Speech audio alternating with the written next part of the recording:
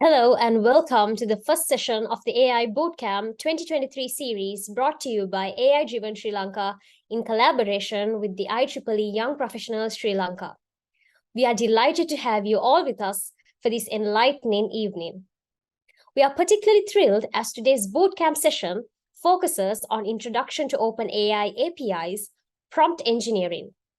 Within this theme, we will delve into the intricacies of OpenAI APIs and explore the world of prompt engineering.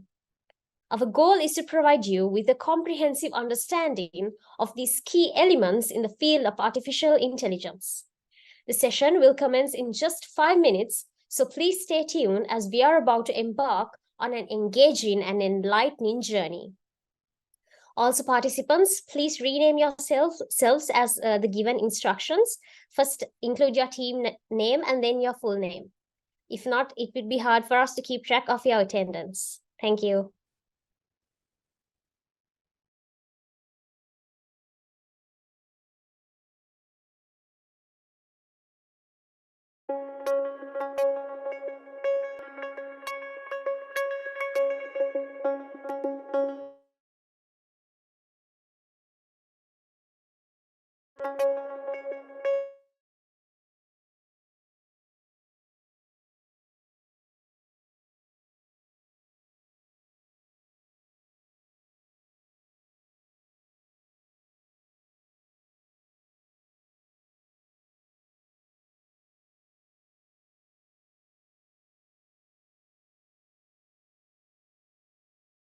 A very good evening once again to all tech enthusiasts gathered here today.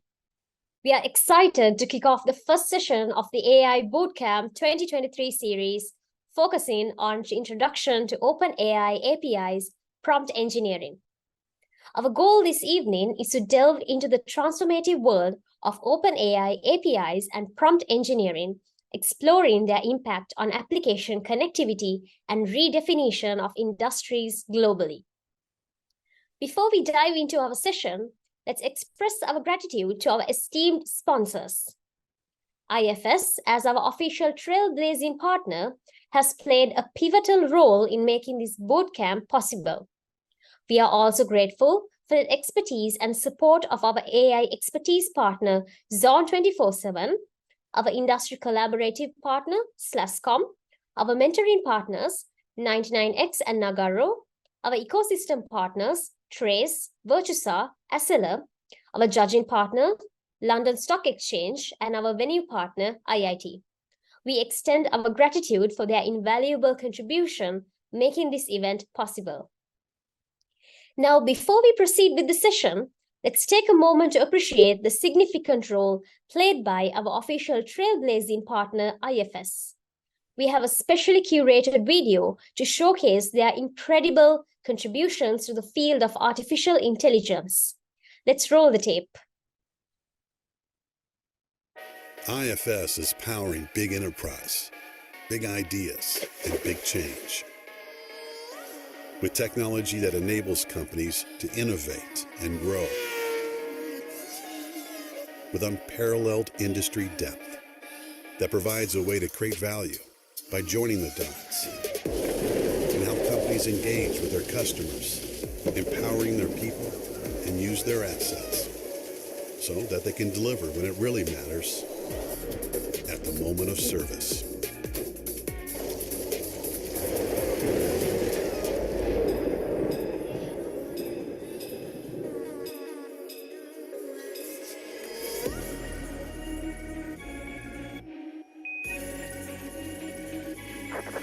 Touching our lives and improving the way we do business across the world.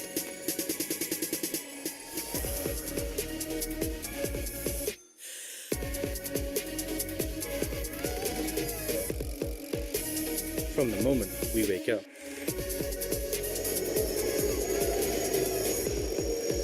To how we travel. To the business we do. And how we care for our world. IFS is leading the way and empowering thousands of the world's most progressive brands.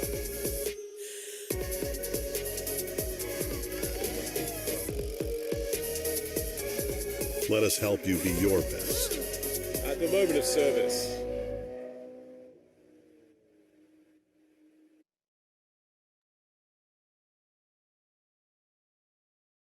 A round of applause for IFS, our official trailblazing partner, for their incredible contributions to the field of artificial intelligence. Now, to give you a glimpse into the expertise that Zone 24/7 brings to the table, we have two specially curated videos for you. Let's roll the tape and get inspired by the cutting-edge AI innovations from our AI expertise partner, Zone 24/7.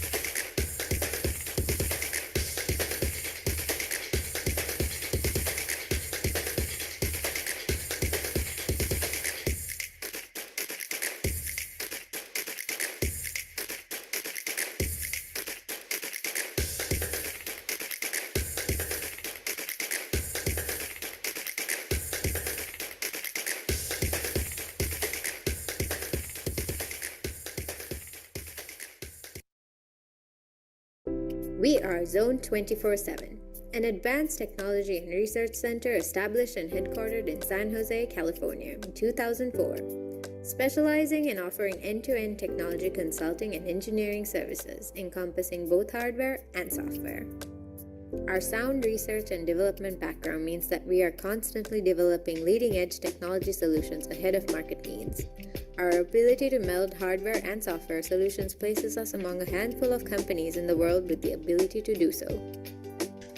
Zone 24/7 has continued to show phenomenal growth since its establishment, which has pushed us to be a pioneer in the IT industry. We work towards our vision of enhancing the emotional experience of everyone we touch, be it our customers or employees who are part of this great organization. Our global outreach is empowered by local talent. We are the industry leaders when it comes to hardware and software, catering to an array of industries and providing state-of-the-art products and solutions for global customers. Zone 24/7 is led by a tech-savvy leadership focusing on technology innovation, and our direction is shaped by mentorship and guidance. We are an organization with autonomy and empowerment, which brings creativity and innovation to our day-to-day lives. We have a diverse range of products and solutions being developed under one roof, bringing in major technologies and diverse tech stacks into our work. We are the industry leaders in a multitude of technology domains, including software engineering, artificial intelligence, machine learning, big data, robotics, embedded systems, and many more. We are also a pioneering leader in software quality assurance and test automation, striving towards making us a center of excellence in software quality assurance. Zone 24/7 has the luxury of a work culture that is collaborative, friendly, caring, and supportive. Both our culture and environment build camaraderie among us. Our culture has inbuilt learning and development, defining us as a learning organization where knowledge and learning are highly valued. Zone 24/7 is a place where one can learn, grow, and achieve a great career. We have a mentoring and coaching mechanism to support individual career growth. We follow industry best practices in managing talent and keep a high focus on the potential for growth and personal development. Your aspirations are important to us. We provide opportunities to create, innovate, and influence our global products and solutions. You will be able to see the results of your work in a global environment and grow in a career aligned with your expectations and potential. Providing opportunities for intellectually demanding and emotionally rewarding work. We are Zone 24/7.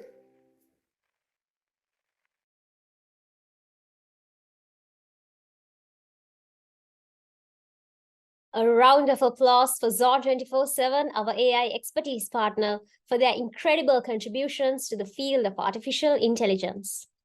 Dear delegates, kind reminder to please rename yourself using your team name and your full name so that it would be convenient for us to keep track of your attendance. Now to the moment you have all been waiting. Let's introduce our distinguished speaker for today's session. Our speaker, Mr. Hansa Perera, is a distinguished data and AI technopreneur with a proven track record in maximizing business efficiency and productivity through predictive modeling, machine learning algorithms, and business intelligence. As a facilitator between human intelligence and artificial intelligence, Mr. Hansa Perera has received several awards for his innovative solutions, including the Enable Technology Innovation Award in 2017. His expertise in data science and a passion for uncovering hidden relationships in complex problems make him a valuable guide in today's exploration of OpenAI APIs and prompt engineering. With a tenacious approach to achieving revelations from complex data analysis, Mr. Hansa Perera is a dynamic speaker who brings a wealth of experience to our bootcamp. Without further ado, let's delve into the world of OpenAI, APIs, and prompt engineering with Mr. Hansa Perera. Over to you, Mr. Hansa.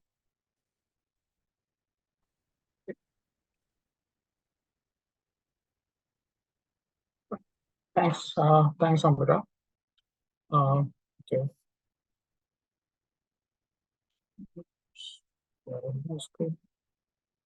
Hope I'm audible. Yes, you are, sir. Okay, thank you.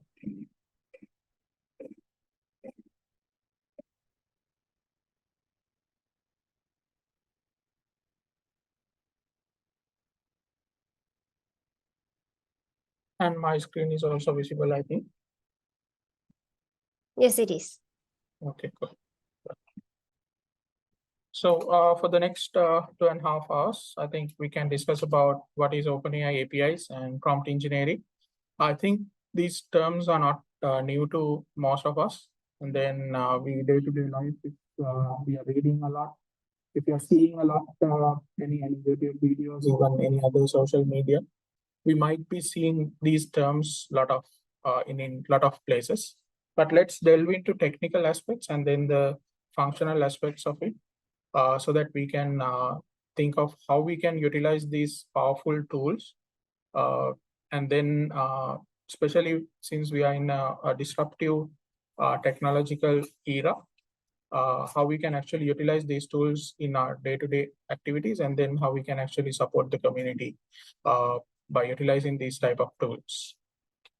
Before going to the session, I'd like to take a bit of a understanding about the team who are here. So what you need to do is either you can use your QR. Okay, I'm going to present it. Sorry. Yeah.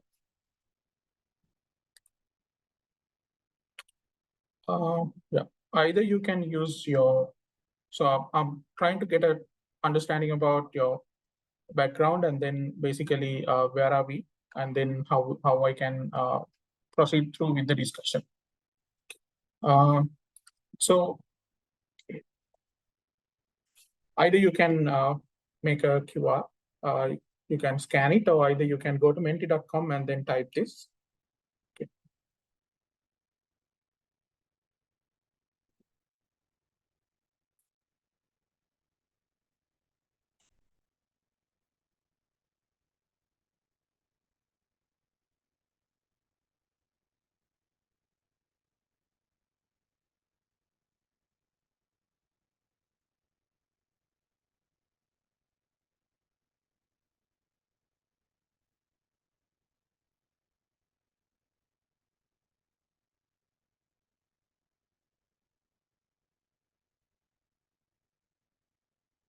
And see, there are 275 participants. So if you can actually, once you scan it or going into the URL, if you can click on the like button, then we can get an idea like how many of you have joined.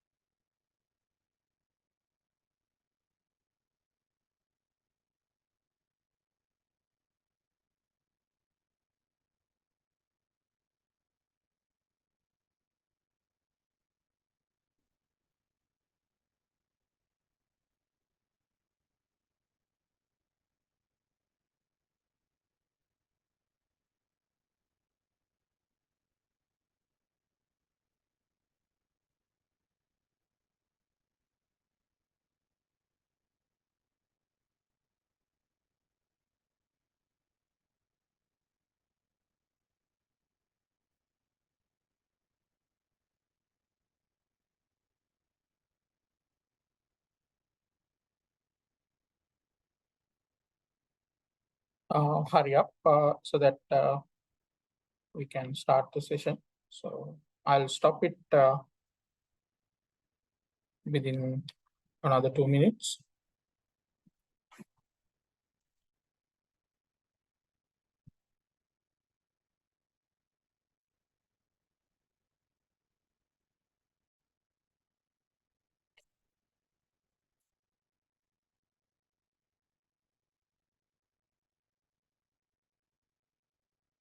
Okay. Since we have almost like 60%, 70% covered here.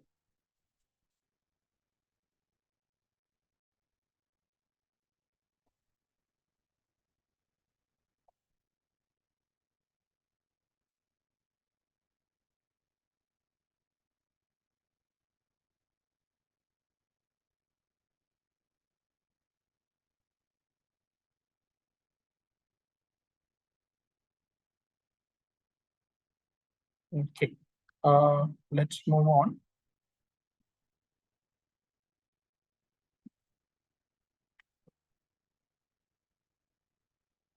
So you can actually provide your answer here.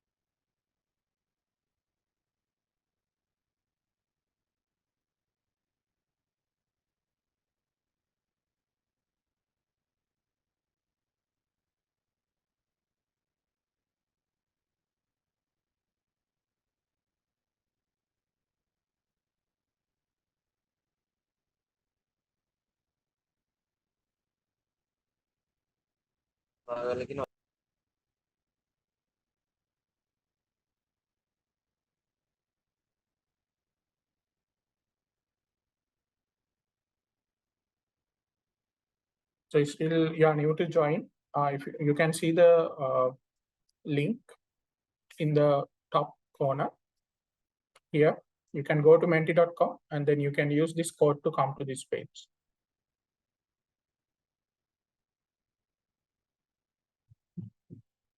So I'll be repeating. If you just joined, if you have just joined, you can go to menti.com and then you can type this code and then you will be directed to this page.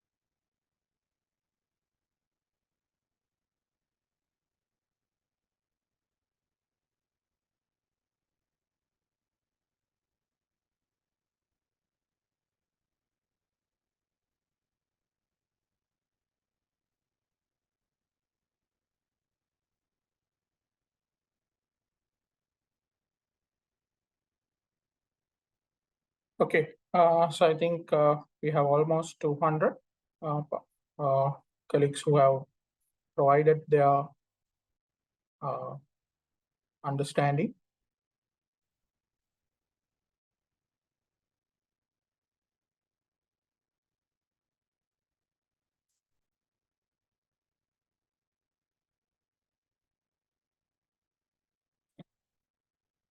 Okay.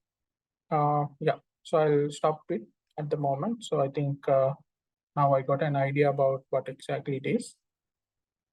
Let's move on to our presentation. All right. Now we have an idea, like there was a spelling mistake and then the topic was not mostly aligned to the poll. Sorry about that, but I just wanted to identify how many of you are aware of these OpenAI APIs and then the topic that we are going to discuss. So it seems like it's a bit of mix of everyone who are like hearing for the first time, and then there are colleagues who are like have really good understanding or a hands-on experience. So let's see how we can delve into a bit of technical and then bit of functional aspects of it. So anyways, like for the next almost like, yes, next 2.5 hours, let's try to spend some time discussing about especially these functions, these points. Okay, so the main areas of focus can be categorized into 6. So starting from OpenAI LLMs and uses of it, then we can think of what are OpenAI APIs, and then what are the utilization techniques that we can have, and then what are the different models and their uses, and then prompt engineering, and then sample use cases. So it would be a code walkthrough of kind of a mainly 2 use cases that would be useful for you. Yeah, we can show more than 2 use cases, but I think those 2 use cases would support you for your hackathon and all. Then, so what would be the future of OpenAI? There are a lot of discussion, and then there was a lot of drama during the last 2 weeks. So we don't know what would happen, but with respect to the OpenAI developer dev day, they have showcased few things like GPTs and assistants. So let's delve into that, how we can utilize it. Unfortunately, some of the services are right now not available. And then if you want to buy new OpenAI API keys, and then I think, so if you want to actually go to ChatGPT Plus, I think it is not yet available. And they have freezed during the last, so I think November 15th, they have had a kind of dev day. And then November 15th or before that, November 11th or 15th, I can't exactly remember the date. Due to the high demand, so right now you cannot go into ChatGPT Plus. And then if you have anyone having ChatGPT Plus, I have seen a lot of people are right now selling their account way higher than $20 right now they are asking. Okay, so that is a good thing if you have a bit of a wealth in that. Okay, so let's move on to the first part of it, right? So it seems like almost all of you have heard about what is OpenAI and then what exactly it is doing. Right.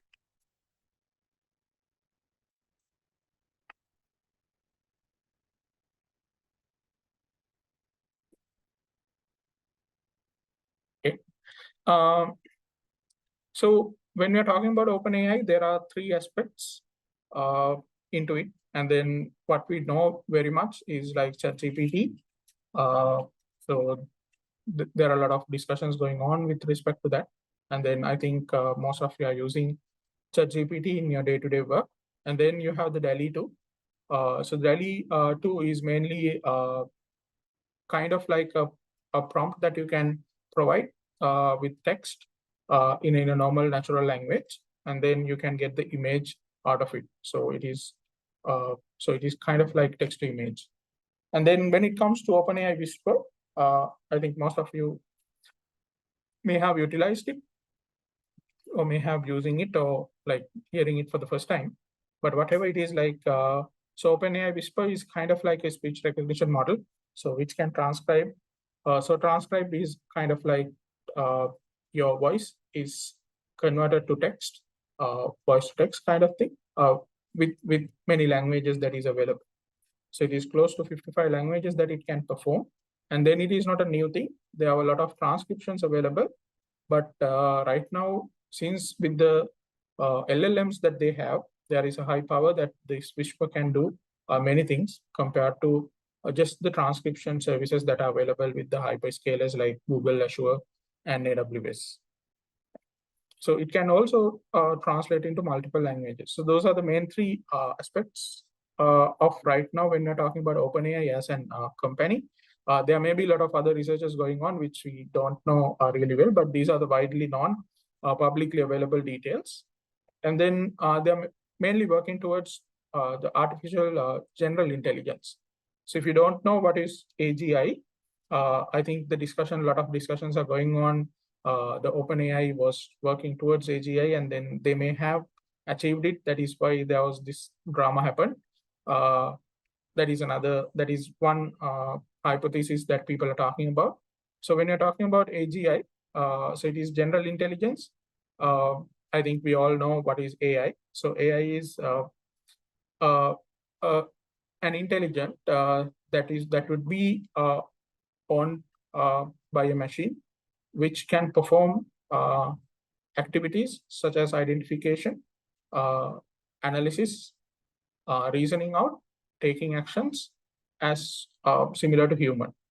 So that is kind of the point of view that I'll be bringing in when I'm talking about intelligence, artificial intelligence. And then when it comes to right now, what we are doing is kind of like a narrow AI, narrow artificial intelligence, that we actually cannot still reason out why this decision was taken, especially even ChatGPT, you cannot reason out why this output has been given. Right? So the reasoning part is not yet there. And then what it happens always is a one way. And then when you're talking about the ChatGPT, the GPT 3.5 and 4, that is available. But if you're talking about pathways MLs, which Google is building, so it is a two-way thing. I'll explain how those models are working during the session. So mainly that is why it cannot reason out. So it will basically generate and then try to identify what would be the best term to come. And then out of the highest probability, it will give us the output, mainly utilizing the power available with the models that they have. So when it comes to artificial general intelligence, so it seems like it can work. So as I explained, those four aspects, so identify, analyze, reason out, and then take an action. So those four types can be achieved like a human. So that is the place where we're talking about AGI. And then the next thing is the super AI, where it can overrun the human capability, and then it can do more activities compared to a human. So that is why a lot of people are right now talking about these ethical AI responsibilities and all.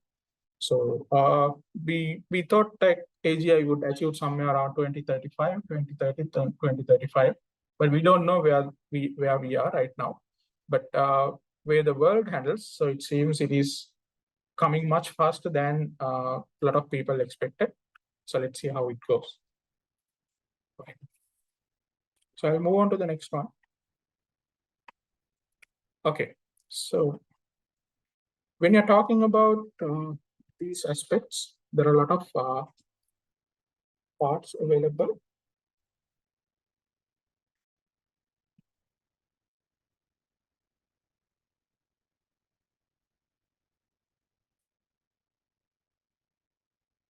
Okay, give me a minute.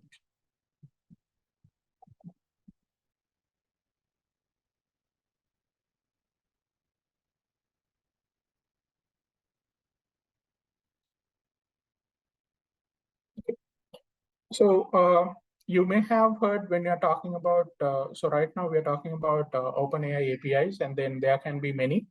Basically, we're talking about right now our discussion basically towards textual prompts today. And then there can be multimodal. When you're talking about multimodal, you can have your input as a text, you can have your input as a image, you can have your input as a handwritten item.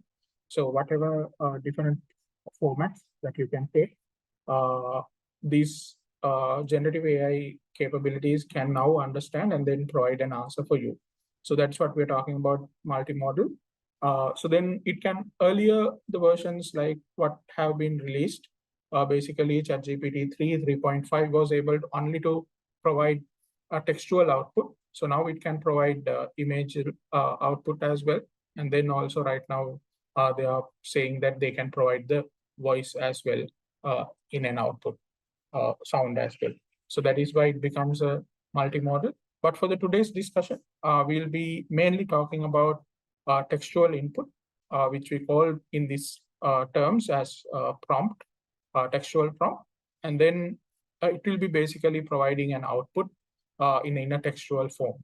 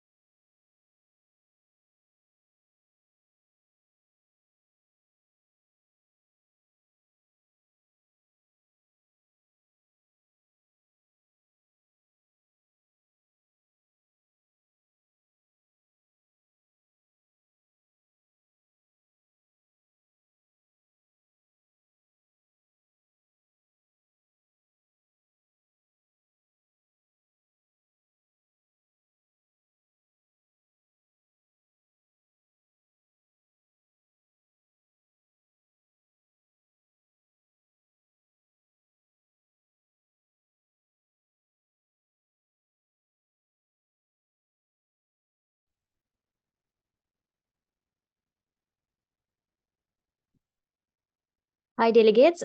Please remain with us for a few minutes. Our speaker will rejoin in a few minutes.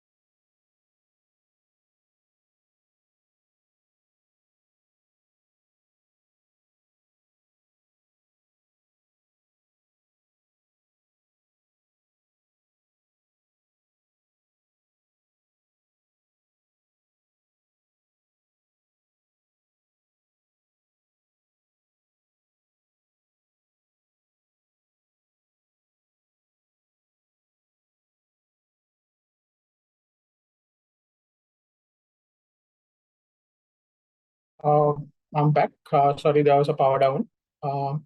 Is there a possibility that someone can provide me screen sharing?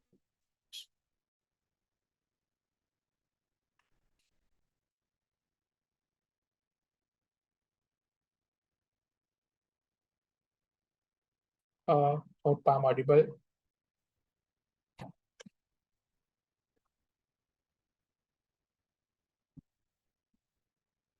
Yes, you're audible, sir. Okay, thank you. Let me check. All right.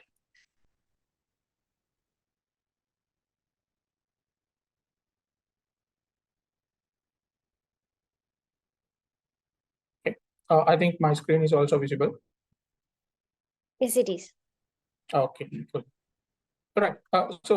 I'm not sure whether I have lost, at which point I have lost, but anyways, I just wanted to explain about there are different models that are available when you're talking about these GPTs. So there are three types of models available right now. So one is called the foundational models. Then the other one is called the LLMs, which widely used. So which are called large language models. And then the third ones are called pre-trained large language models. Okay. So everyone right now tries to come up with their own GPTs. You can have many names now. You can have MedGPT, FinGPT, AgriGPT. So in many areas, you have different GPTs are coming in. And then you should be aware of, if you are going to build a solution, what type of a model that you are going to use. Right? So basically, when you're talking about these models, I think I'm not going to go into the very basics of where these models have been started. Anyways, like just to cover up things, like so this all started with some research papers that have been came around 2015 and 2017. So anyways, right now, what we're talking mainly today for the discussion is based on the generative pre-trained transformers. So when you're talking about those pre-trained transformers, you need to have a foundational model. So those foundational models are basically designed to learn the fundamental principles of language. So, like in English terms, sentences, you have three things like subject, verb, and object. And then what these models try to do is, with large number of sentences, so it is trying to identify what are the patterns in the language, and then what are the words and the phrases that normally comes. So those are like from the scratch, people are training that. So in that scenario, what happens is, so those models were trying to understand the structure, the patterns of words and phrases that have been used, and then the meaning of that. So making it a bit of a human intensive work at the beginning, and then later on doing it more kind of like a semi-supervised kind of a scenario, where semi-automated kind of a scenario, if I take it correctly. That means part of human, part of machines, and then later on, right now, since these things are right now available, so then these models can now be self-supervised.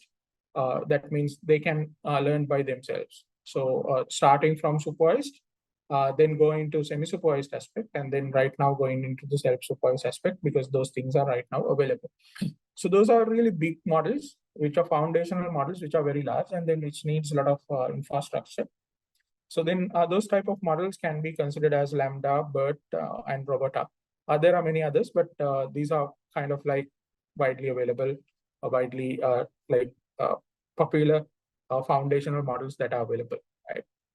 So what it does is, like, it makes someone can use these trainings for a specific task. Right. So since these word patterns, phrases, structure of the sentences have been used with different languages, so that it can be used in many other scenarios. So then when it comes to the large language model, what it does is, so foundational models are trying to understand the patterns and the structures. So large language models are mainly trying to generate text, translate languages, and then it is trying to create new things. So reconstruction part is there. So that is why there was a really big hype when ChatGPT 3.5 was released last year, November.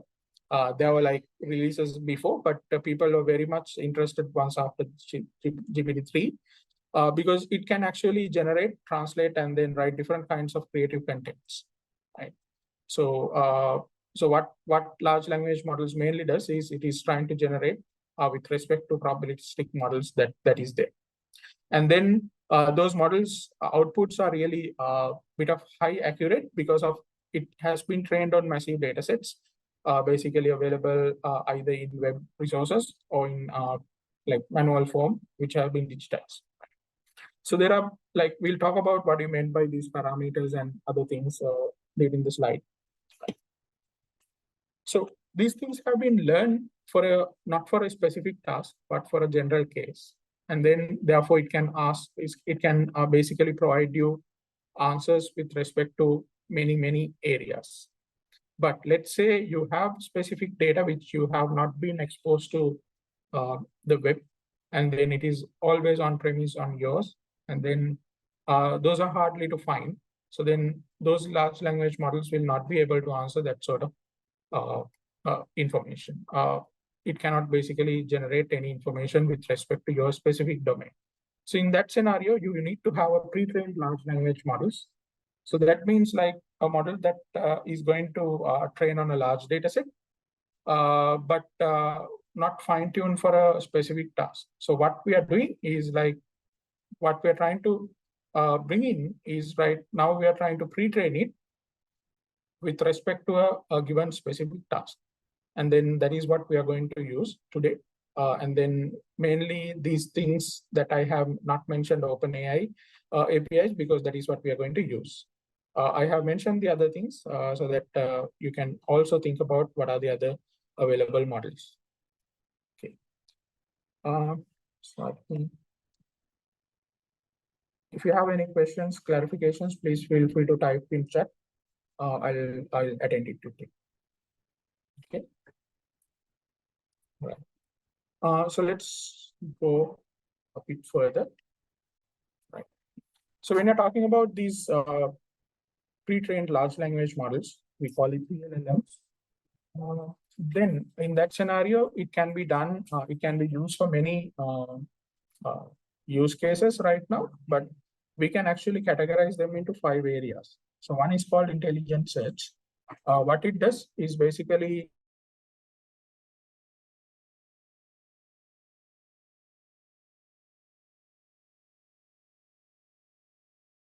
the relevant information much faster. That is why, like, when you're talking about the search engines, what it does is it always look for your tag words, your keywords, and then, okay. Hope I'm audible. I actually using my mobile network.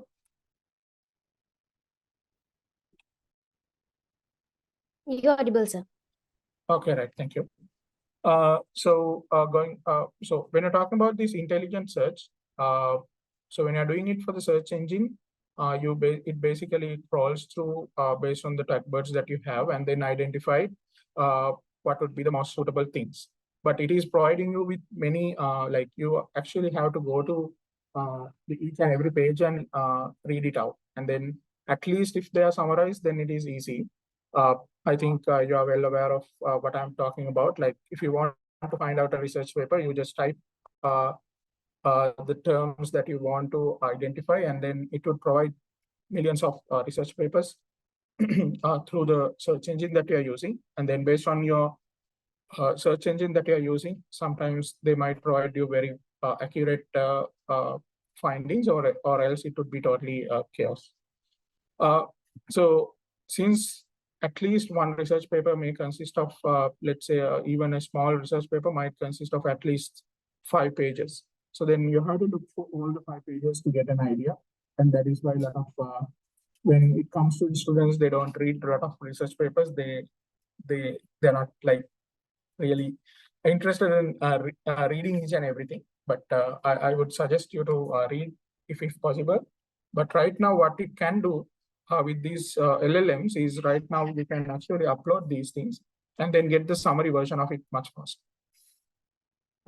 So that is what you call the intelligent search. So that is why it is not just search, it is intelligent search. It can identify the terms that you are looking for, and then it will provide the answers. And then more interestingly, it can showcase where it has been taken, and then it cannot still say why it has been taken. It can say only where it has been taken. So when it can say why it can be taken, so that becomes a general AI use case. The next thing is, first thing is search, how to find it out. And then I put it into the second bucket as well, into some time. So it is on the intelligent summarization. So let's say 5-page document, and then you can summarize, and then either you can use the abstract to get the summarization, or either you can go into the whole research paper, which consists of the introduction, literature survey, methodology, your analysis, and your conclusions, mainly on those 5 aspects. And then, so that is basically on what you are working on. But if you talk about a business scenario, let's say you have a user manual. So a lot of people do not use user manual when they're installing kind of large softwares. So I'm talking about a software which basically handles a large crane, right? When you're talking about these cranes are like more than 20 stories high, and then they can handle very much large load. And then there are a lot of capabilities in that software. So people do not follow, they just put next, and then basically install it. But when actually you want to work with those large cranes, and then specific use cases, sometimes they have not been installed because of the not following the correct methodology when they're installing. All right. So let's say that user manual consists of more than 800 pages, even if it is a PDF. So then how to find it out is a really big task. And then that is why humans are not very much good enough to read it out. But let's say if you can use this type of thing, and then you have a separate portion that you want to identify. So you can just ask, and then it will provide you the correct steps in the natural language format. So it will basically summarize, it will basically search, and then provide you the answers. So that is where the content generation part comes in. Otherwise, what happens in a normal search is it will provide you for the topic, and then you have to again read. So sometimes that user manual might have 3 to 5 pages to read to install the whole thing.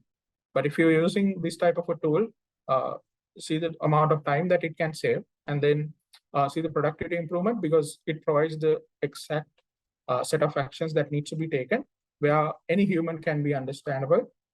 You don't need to be a SME to do that.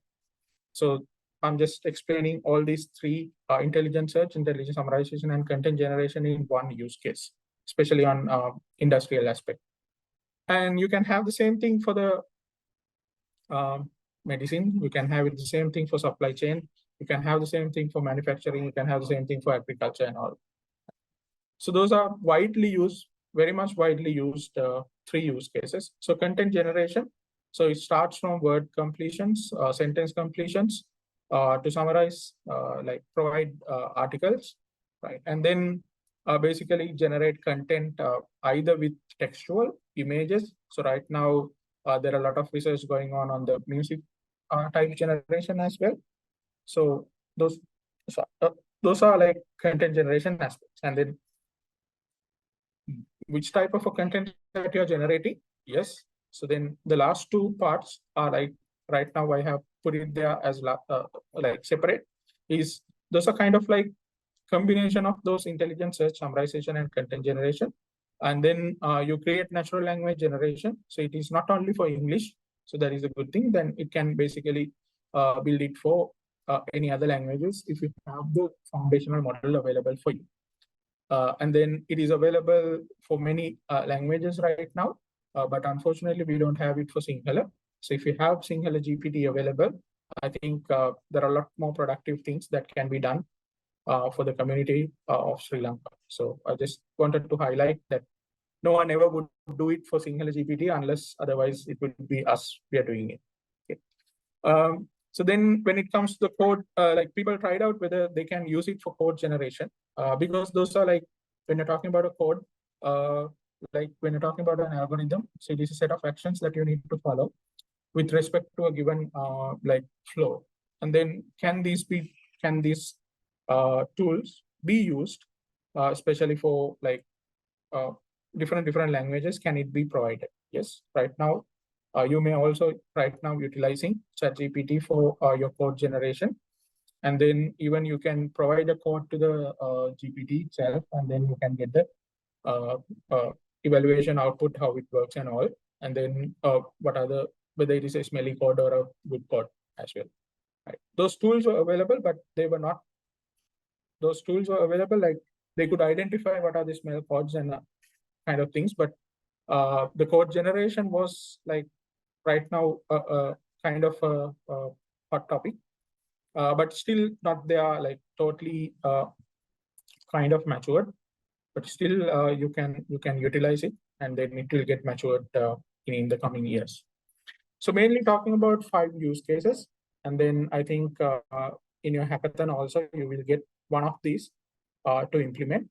And then so let's see how we can do that. So I'll be showcasing the first 3, basically intelligent search, summarization, and content generation during the code walkthrough. All right. So there are no questions so far, but please feel free to ask any questions if you have. So these are kind of like the functional aspects. So now let's go into a bit of technical stuff.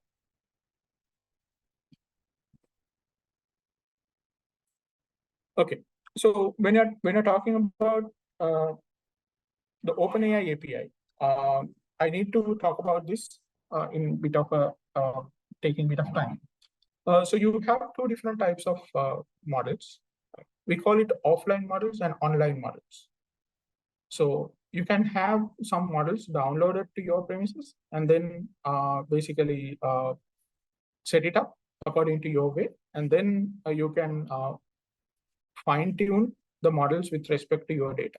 The good thing of that downloading an offline model is like you can keep your data, you can keep your information within your premises, and then it might not go into the third parties.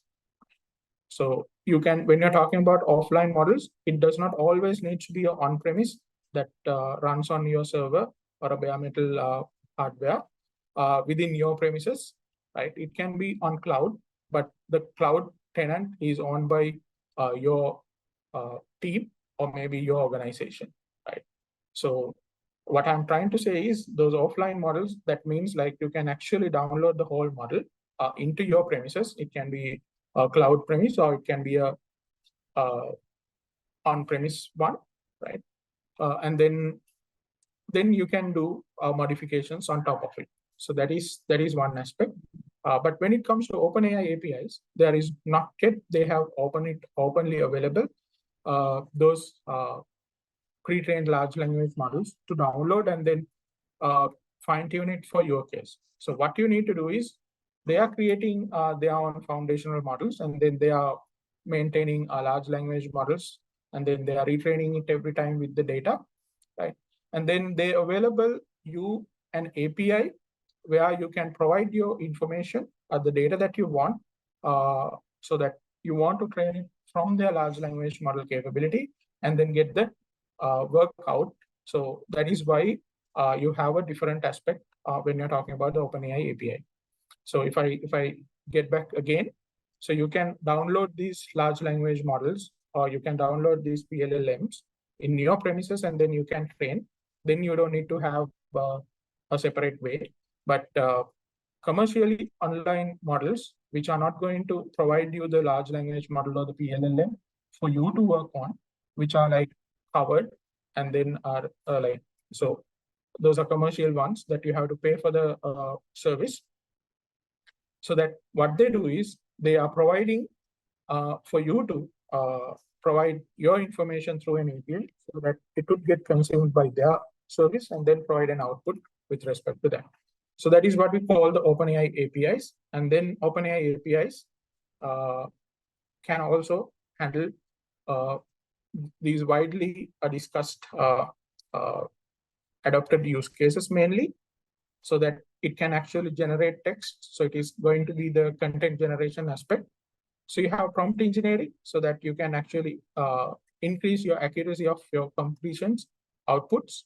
You can have embeddings. So searching and then summarizations, you might need a bit of like low latency. That means faster output. So then one such scenario that you can use is embeddings. So let's talk about what are embeddings, what do you mean by that. And then you can have speech to text. Yeah, so that is through Whisper. Image generation, basically through DALL-E.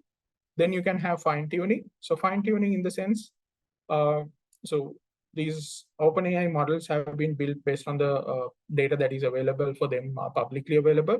So some of the data that, let's say you want to have a separate a legal contract for your organization, so that might not be available in the OpenAI publicly available datasets when they are training.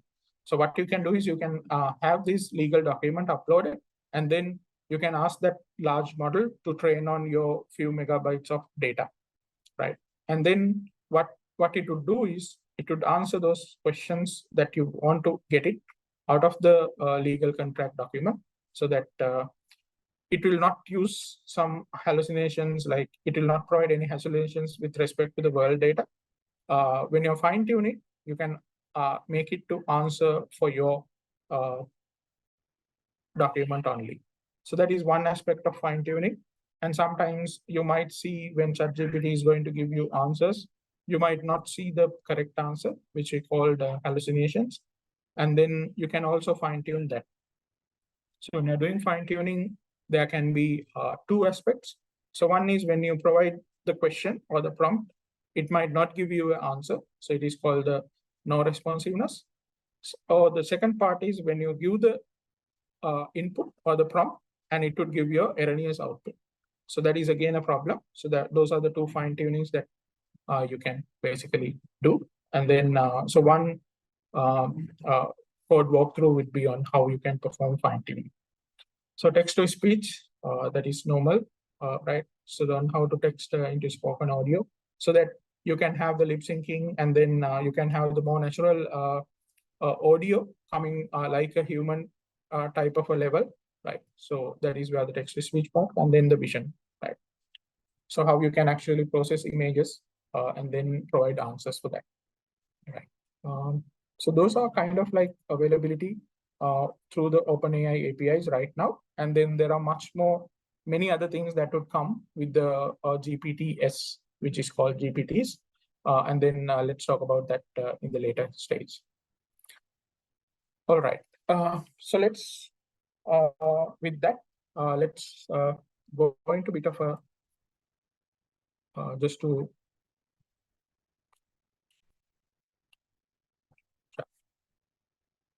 so let's try to go into, so this is basically, I'm not going to run anything. So I have actually run this out. So you can have, let's delve into a bit of kind of things, right? So before going to this one, I'd like to show you how you can actually get these OpenAI APIs. So again, I would like to mention, so the whole discussion is only on the OpenAI APIs. There are other ways that you can use as offline models. So the scope is not to discuss about how you can utilize the offline models. So you can also read about that. But let's talk about how OpenAI APIs can be utilized for the scenario. Right? All right. So first thing to access these OpenAI APIs is you need to have a valid API keys. So how you can get that is like one such scenario is like you can go to OpenAI, right? So then we can go to menu. So there are several ways that you can get it, right? So you can basically log in, right? So it is basically asking interact with the flagship. Is it with UI or with this, right? So integrate OpenAI models into your applications or business. So I click on the OpenAI, right? And then it basically goes to the platform.openai. So basically it runs down to the OpenAI developer platform. So this is like kind of a centralized hub with all the details, tools, and then kind of like, this is kind of the place where I have extracted this. So this is kind of like the place where all the things are available. And then this provides tools, guides, and then even examples as well. So how to utilize API? It is a detail because when you're reading, when you're trying to access API, when you're trying to provide details to an API, you need to have API documentation, and then they have a really nice reference for their APIs, right?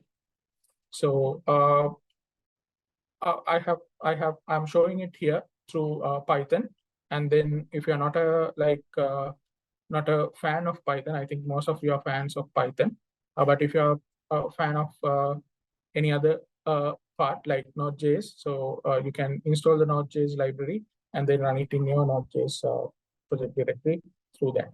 So they provide both, so you can utilize which language that you are preferring. So the main code walkthrough that I'll be doing is on Python. Right. So you can actually, so once you go there, right, I showed it to you how it would be. And then, so it is basically going in to this one. And then this is kind of like the platform for OpenAI. And then it has many things. So it has something called Playground, which we'll be working on. We'll showcase how you can utilize. Right. So the good thing with the Playground is Playground has been now updated. Some of the things are freely available. So we have this edit earlier. This was the earlier one, right? So what we can do is like you can select something or you can select a model. So you have many models. So you have text Da Vinci edit. We'll talk about these models later. So text Da Vinci is basically to provide some text and instruction. So modify it accordingly. So it will support you to generate text and it will support you to summarize text. So this is GPT-3, and then if you want to have a code level something, so a code instruction, so it is basically you can provide it. And then you have different parameters here. So let's talk about what are they. So this is the earlier one, right? So right now, what happens is you can actually have either edit or you can have the complete part, right? So that basically, so let's say I need to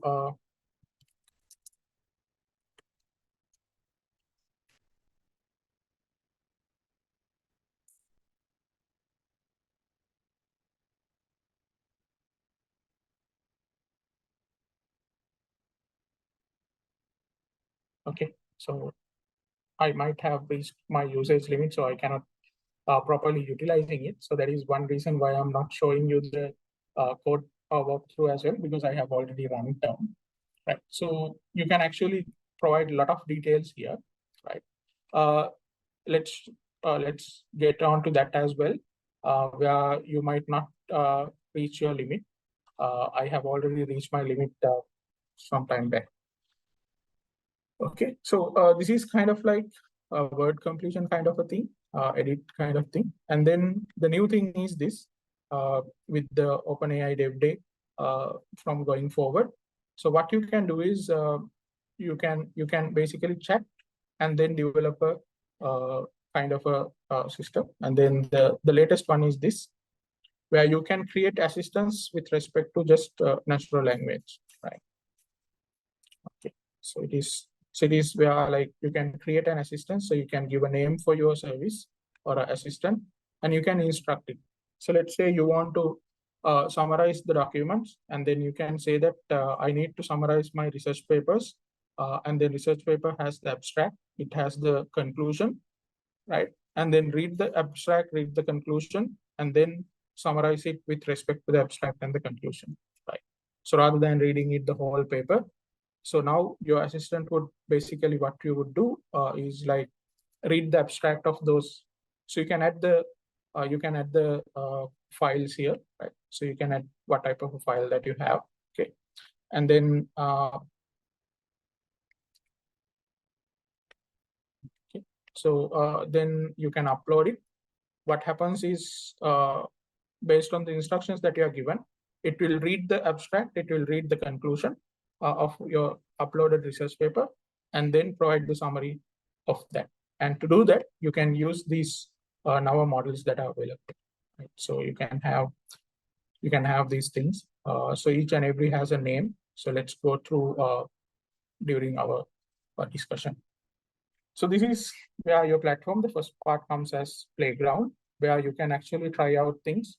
And then, so these assistants are the newer novel ones, but complete and edit was earlier there. And then you have a separate, okay, so sorry. Right, so you don't need this.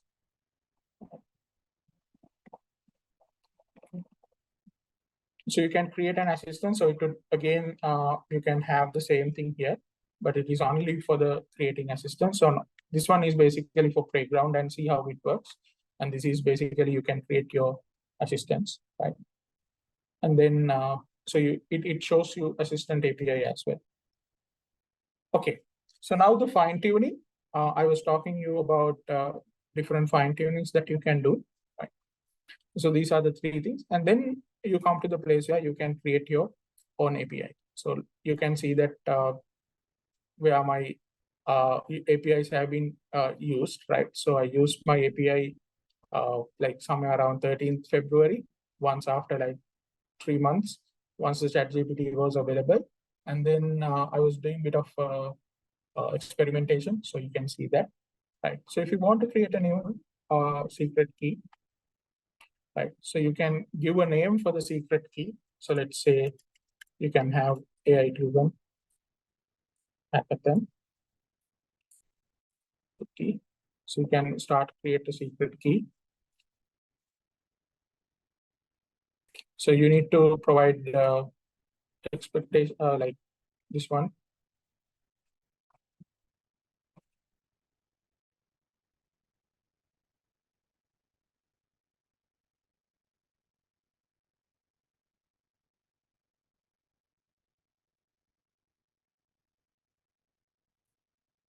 This is weird.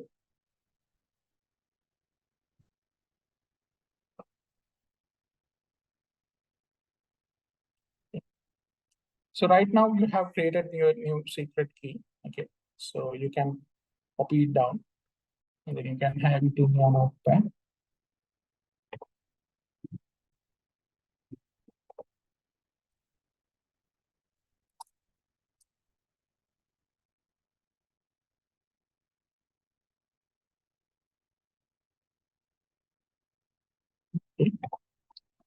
Okay, so now, so this is the place where you have. So now you can see that's your secret key, and then you can also edit it. Like you can have different things, and then you can have some optionals as well.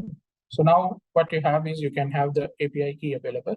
So you can create your own API, and then that API can be developed for personal, and then it can also be like having a personal and a team level as well. So you can have your organizational ID. So this is for personal, and then every time when you log in, like a new user would get an organization because it is a personal one. But if it is not a personal one, right? So then if it is a Teams one, so like this. So you can actually share your API with the team. So you can invite the members here. You can have the organization name, and then you can ask them to join in your team for the development. I think this would be useful when you're actually when you're going to have your OpenAI hackathon, and then when you're utilizing the API keys. And then these API keys right now is kind of like having a $5. So you can see that I don't have any credits remaining. What I can do is I can buy, but everyone, if you are joining for the first time, what happens is you are going to have $5 credit for this one. And then I'll show you how the $5 can be utilized. So for the $5, I think you can actually try out more than 100 trials with a close to 100-page document, right? Those calculations, let's talk about during our next discussion. So I think the first part is like, so you can go to platform.openai.com and then basically this one, so platform.openai.com, and then you can go to your account, you can log in, and then it will direct here, and then you can go to the API keys and then create it. Any questions?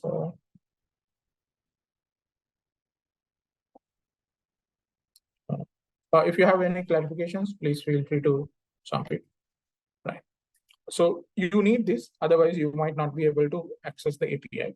So if you want to do a bit of a hello world kind of a thing, so you can see, right? So you can have your OpenAI key here, right? So then you can create several so different parts.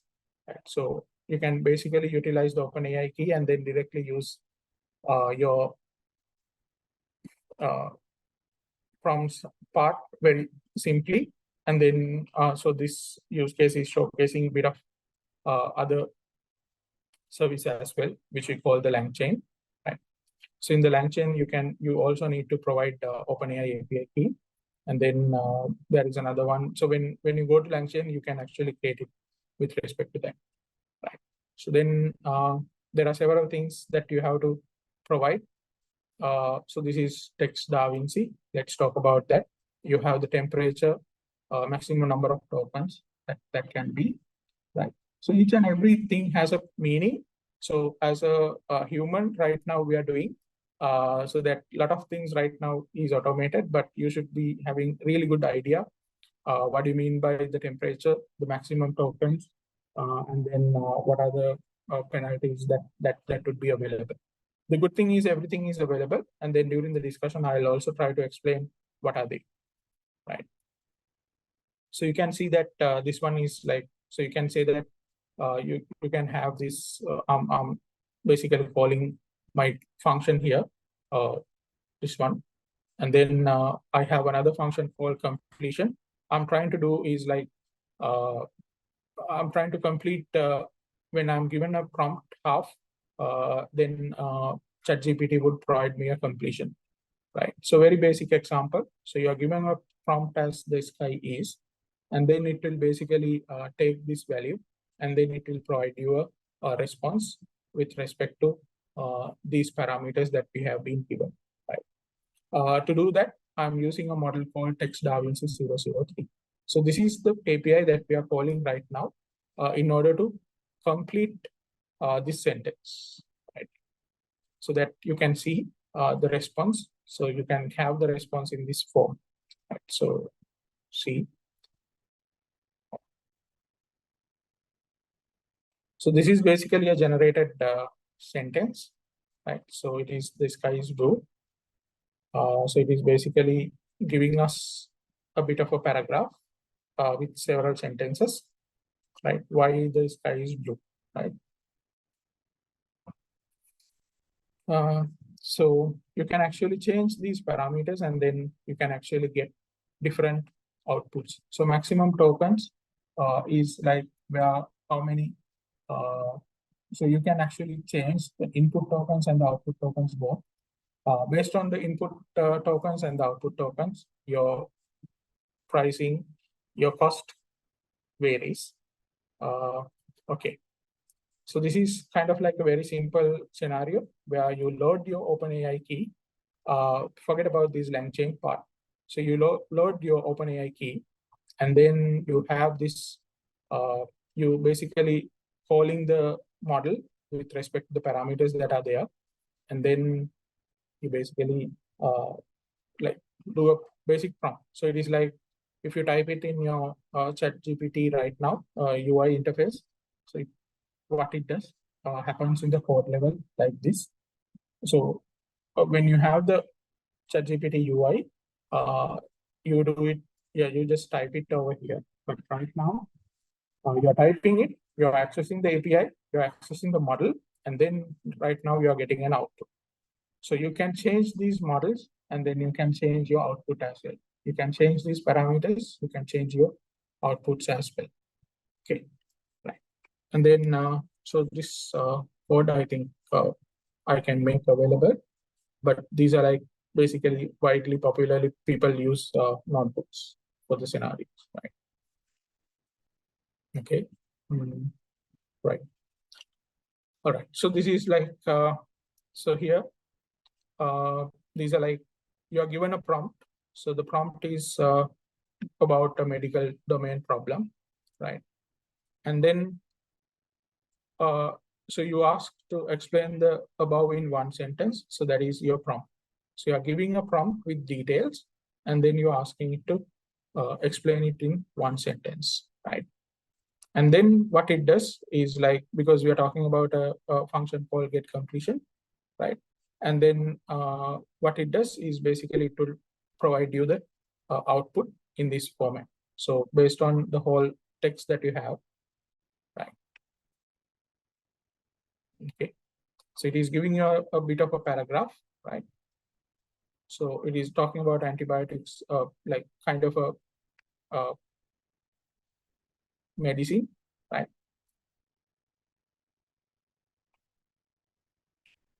And then, so what it says is, rather than reading it, so it is summarizing it for within one sentence. You can see how many words it would be there, but it is basically summarizing it very simply. What we are doing is what you are going to do in your ChatGPT UI, but using now this DaVinci 003 model.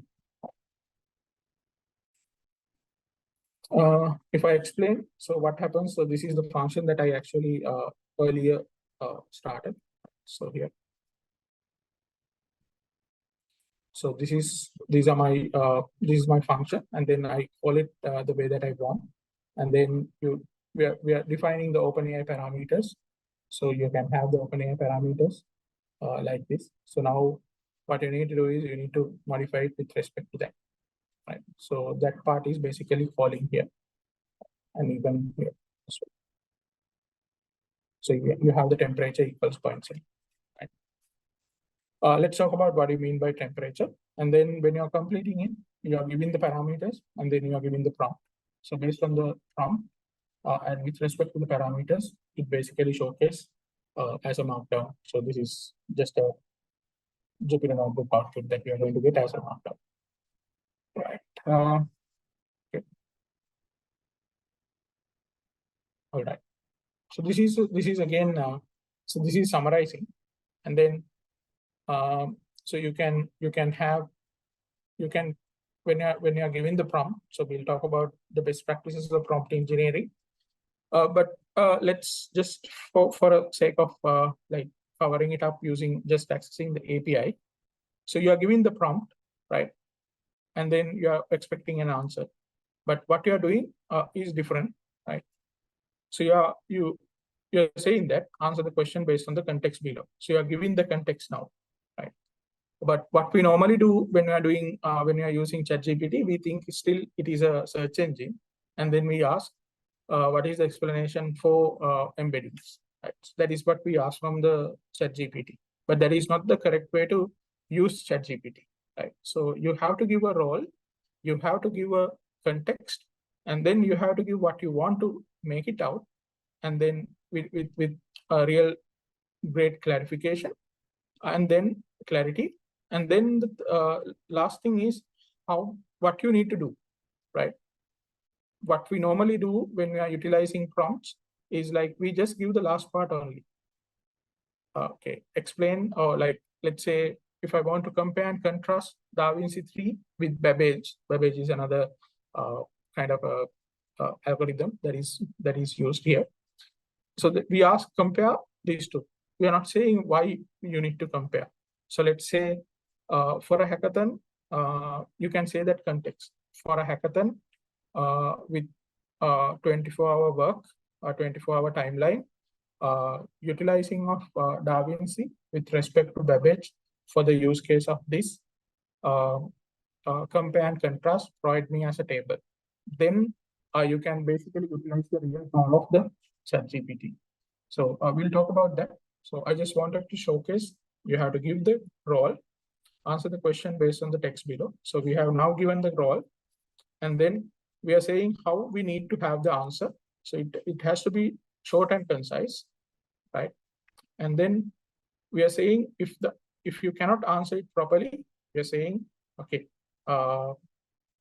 you have to say that you are unsure about the answer. And then right now you are giving with more clarification and then a clarity, what is the context, right? So now you are giving your terms. So it is about a kind of a drug, right? This is a drug company. And then, so they created an early version of an antibody, right? We call it OKT3, right? And then, so where it has been sourced, right? So this antibody is where it has been taken.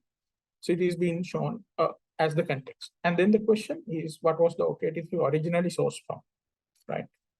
And then you need to provide the answer. So then what it does is, because we have given answers to be short and concise, and if not sure, provide it as unsure answer.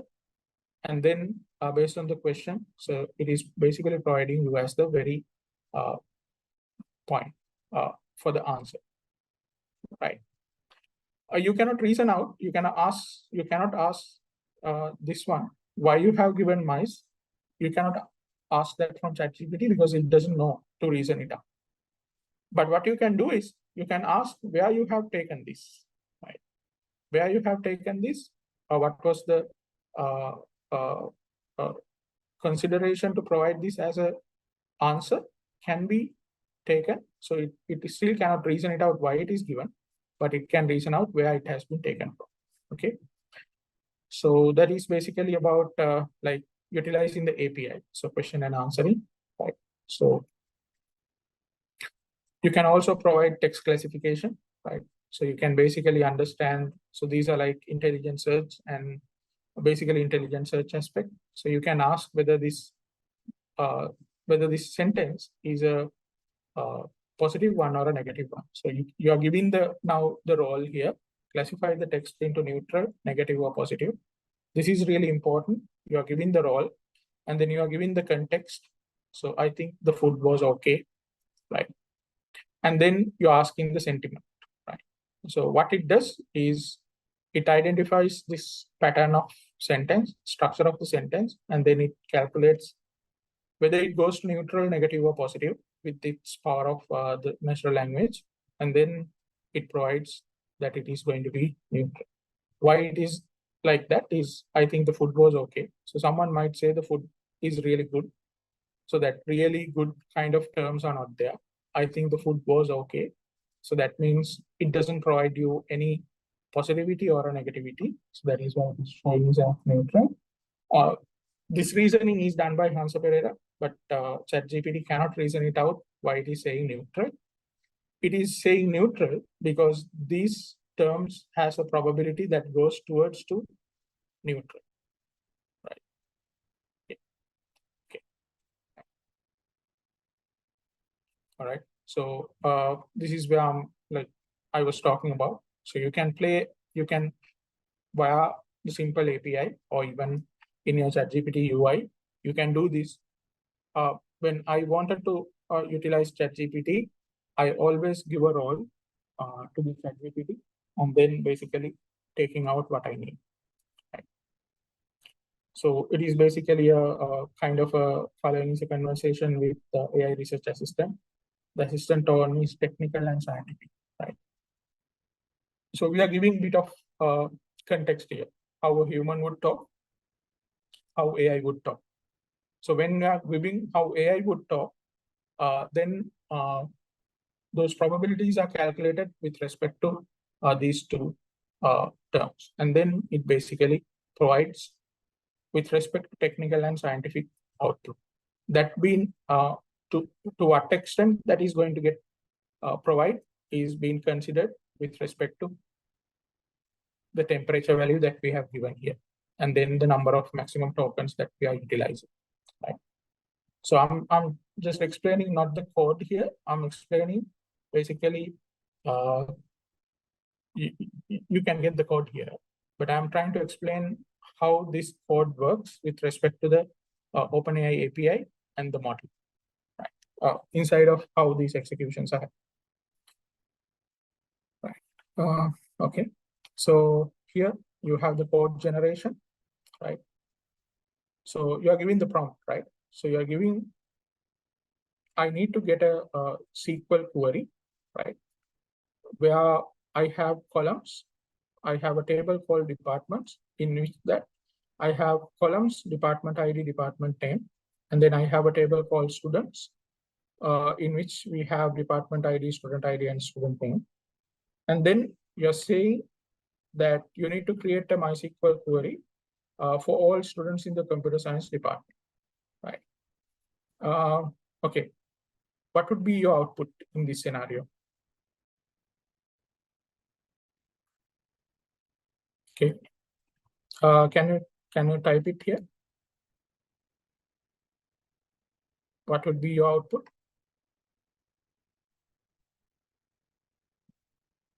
What I want to take is, I have a table. I need to make it as departments, and then it has columns, department ID, department name.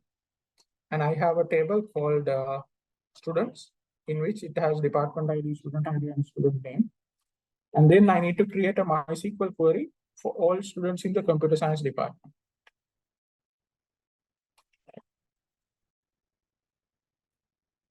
How we can identify all students in computer science department? Can you write your SQL query here and then chat it over here? Paste it over here.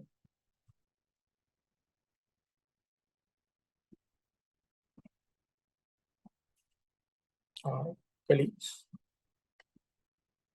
at least one. You can see the answer as well, but I would like to see how you think with respect to ChatGPT. And don't type this in ChatGPT and then answer here. Any answers? I'd like to see. So the try is the participant can chat here. Does the participants chat here? I think.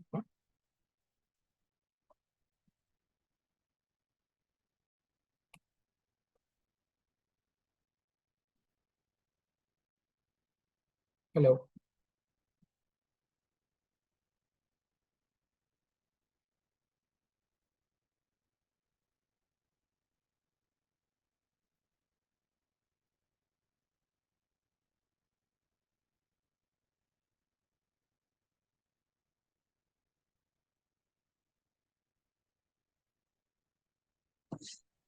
Yes, all participants can unmute themselves as well as they can put chat as well. Okay, cool. All right. So then, yeah. Okay. So let me tell you a question, right? We were talking about content generation. So so now you can see the answer here, right? So because we are asking to generate the code, right? So it will basically give you how it has to be done, because you need to join these two tables and then you need to filter it out for computer science, because I need to identify the students who are basically only for the computer science, all the students who are computer science, right? So like simply you need to have these two tables, and then you can have the inner join, and then you can basically how you are going to do the inner join is like department ID, you can have it from the student and this one, and then you have to filter it out only for the computer science department, right? So that is the answer that they have given. So let's say like, okay, I'm just asking, and then I'd expect solutions. I'd expect an output from you. Okay. So you have a scenario. You need to create a code where you need to identify.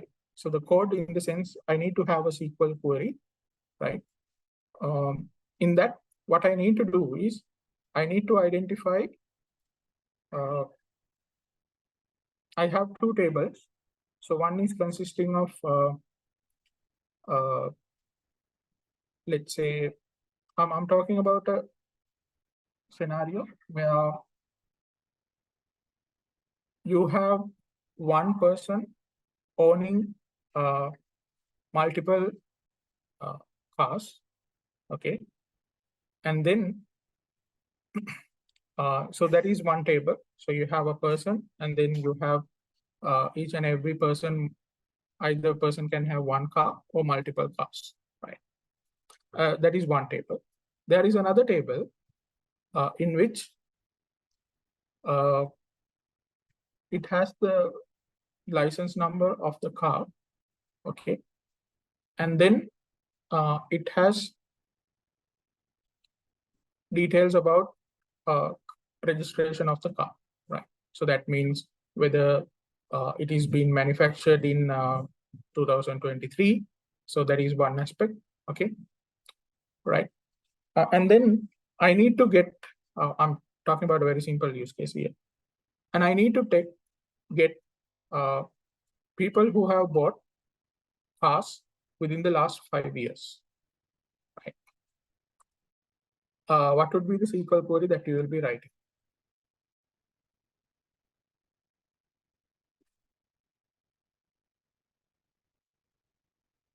Can you provide the answer?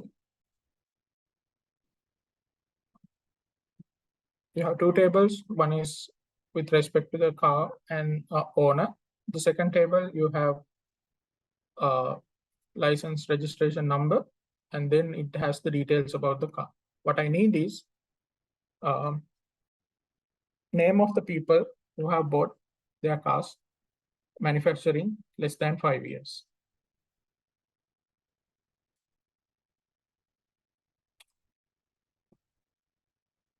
Can you write the SQL query? Or if you cannot write the SQL query, can you write the prompt how we are going to give?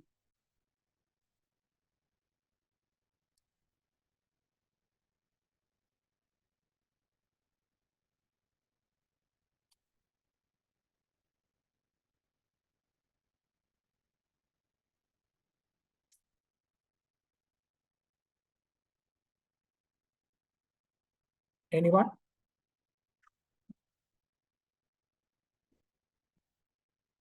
So I think we have 273 participants. At least one person or one team.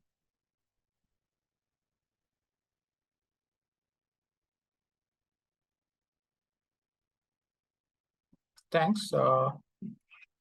AIB037, thanks. Right, I can see now. I'm showing your answers. All right, Anuran. The question is, you have two tables. One consists of details about a car and the car owner. Then the second table has the details about the car registration, which consists of manufacturing year, color, seating capacity, kind of things, right? Okay, so we have got two answers. Thanks, AIB0317, Chamindu. And then thanks for 034, Sanjana. So you're saying username from users. Okay, so okay.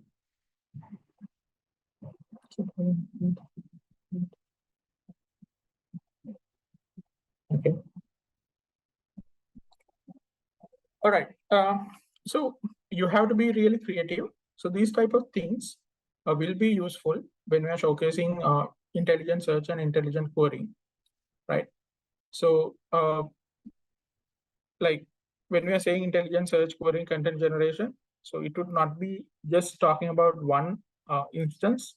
So you can use these things in multiple points, right? Yeah. So let's say this problem needs to be generalized, whether it is a car, whether it is a truck, whether it is a, let's say, a motor bicycle, likewise, right? So this query has to be dynamically changing so that we basically ask that question from the prompt, right? And then prompt has to create a SQL query. And then that SQL query would run in your database, and then that database would provide you an answer. That answer has to be provided into a natural language form. I'm talking about basically a full flow, right? So when you're dealing with code generation, so right, so one aspect, you are given a problem by let's say this hackathon. You need to generalize a search, whether it is from any vehicle. You need to be able to understand, and people who have bought their vehicles less than 5 years, right?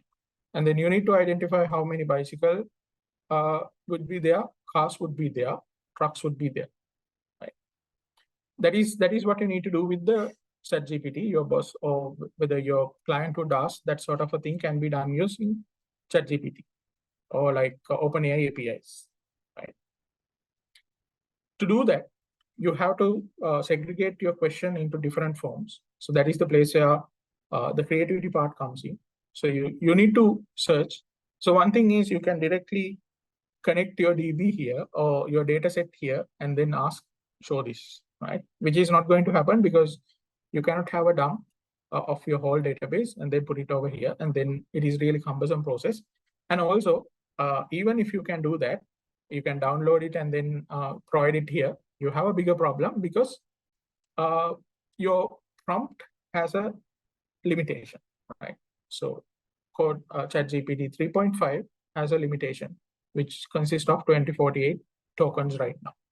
And then ChatGPT 4, you can have 4096 tokens. That would be much easier to provide that, but still you have that problem. So then you have to think of how you can solve it out, right? So you can directly fetch data from your database. You have to think of a way. What you can do is, because this has to be dynamic, and then when you ask from the ChatGPT, so you can actually change your prompt with respect to that. And then from there onwards, you're changing your parameter through the query because you can provide the parameters into the SQL query, and then you ask you get the work done, right? So I'm just trying to explain a bit of a complex scenario which consists of two things. So one is human-like output. One is dynamically changing parameter. Right? So that's what. Okay. So I said ChatGPT cannot reason out, but we can train it to reason out. But how you can do that is like you need to provide reasons for it so that it will provide a reason for you as an output, right? Okay. So right. So let's talk about those. Like I just wanted to showcase different aspects of using this OpenAI API. And then from my experience, what I know is like utilizing an offline model has its own pros and also cons, especially when you are utilizing large offline model like Llama kind of a thing. You have to train it a lot. But what happens with OpenAI that everyone is using, with more than 100 million people are utilizing it every day, every minute, it is getting trained. So what happens is whatever poor your prompt is, the OpenAI models right now are very much powerful for you to give answer by identifying the patterns of your sentence structure. Right? I'm specifically saying identifying the patterns of your sentence structure because ChatGPT cannot understand what you're saying.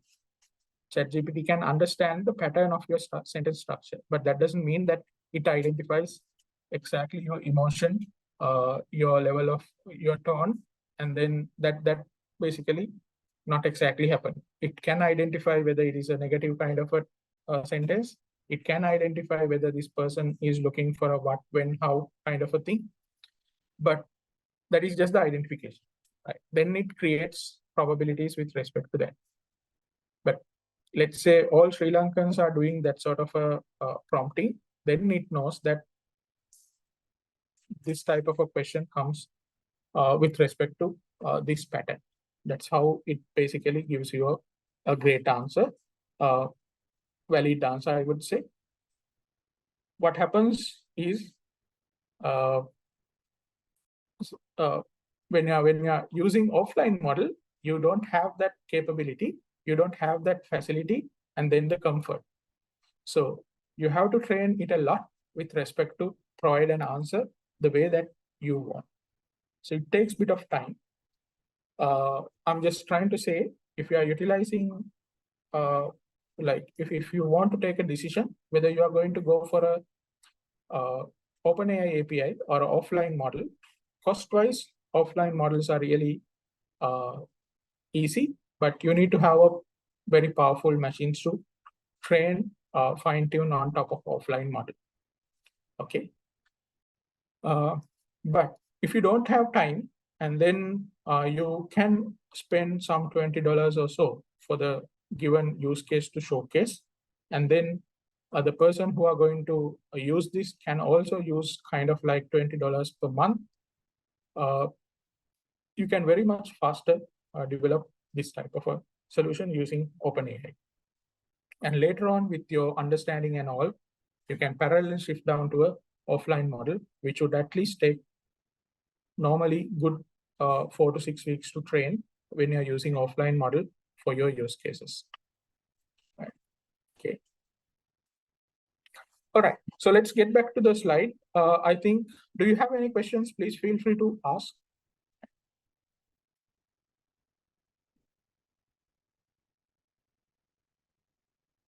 Okay. All right. So I'd like to see some answers in the chat. How are you following the session so far? Is it understandable, too technical, or it is, sorry about the noise. Is it too technical, or it is like just very simple points that you're discussing? Okay, it is understandable. And then, okay, thanks.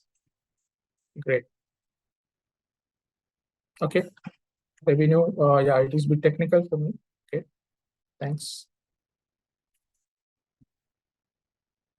Awesome, awesome. Okay, I'll try to explain it less technical, covering all the colleagues here. But yeah, okay. Thanks for the feedback. Let's move on. All right. Okay. So even though I'm saying that I'm going to be less technical, the next few slides are going to be a bit technical. So keep it up. I'll try to explain it the way very layman terms. Right? Okay. So when you're talking about these APIs, right? So these are like the primary APIs that you can use. Okay. So OpenAPI supports many models to perform these type of tasks, right? Okay. There are any. Okay. A good question from Shamindu. What sort of specs are required to run an offline model? Yeah. Okay. Let me show you something for end of the session. Right. There is a calculator, so it is easy now. What type of a model that you need? What type of infrastructure that you need? There is a bit of a calculator that you can use. Okay. So I'll share that one. All right. So you have the OpenAI supports many models, right? And then here, this is totally. This is not generated by ChatGPT. Okay. This is generated by Bard. Okay. Can you give me the prompt if you want to have this?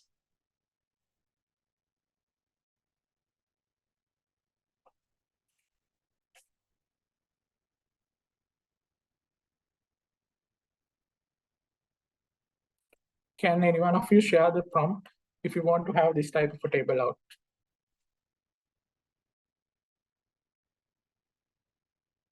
So you're talking about now OpenAI APIs, and then let's say you want to understand what would be the best model to use, right? You don't know there are many, you know only there are many models available, but you don't know what to use, right? During the hackathon, let's say within the first half an hour, you want to identify which model to use for your use case. What are you going to do? Let's say you're utilizing ChatGPT or Bard, right? Which are freely available for you. How you can get an output like this?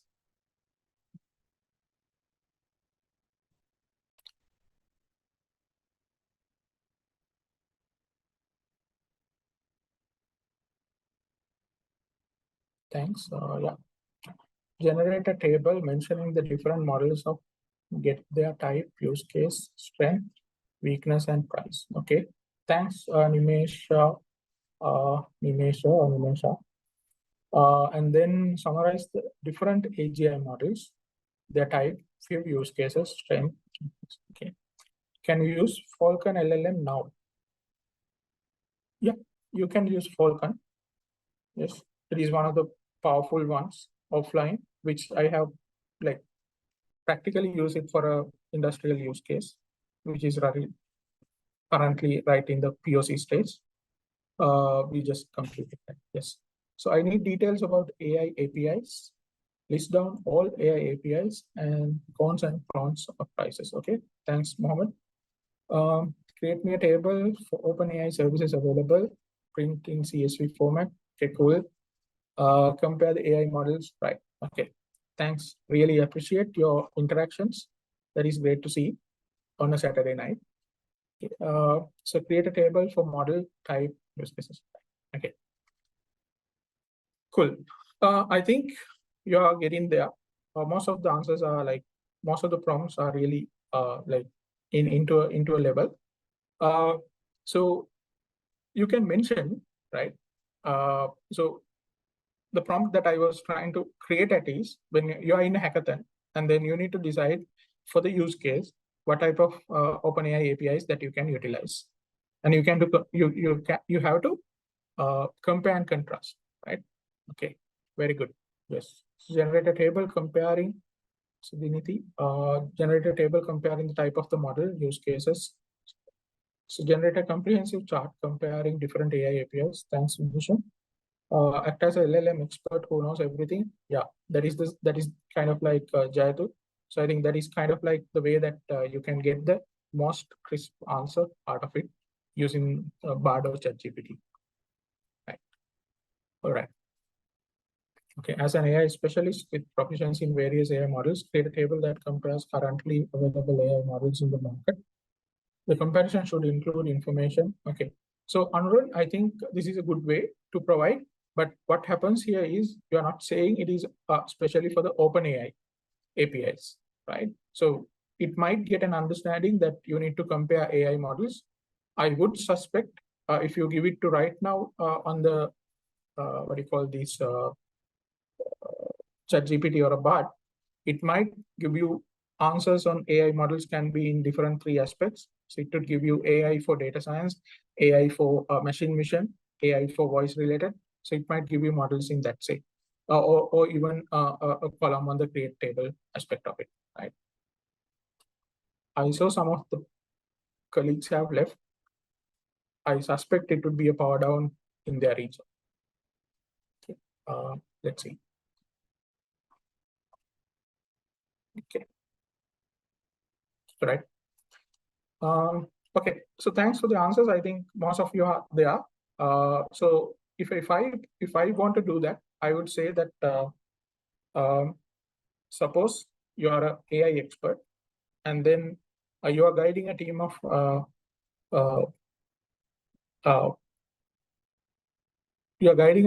AI who is in a hackathon, which needs to provide an answer which need to provide a solution within 24 hours. And then the scenario is this. For that, what would be the best OpenAI API to use?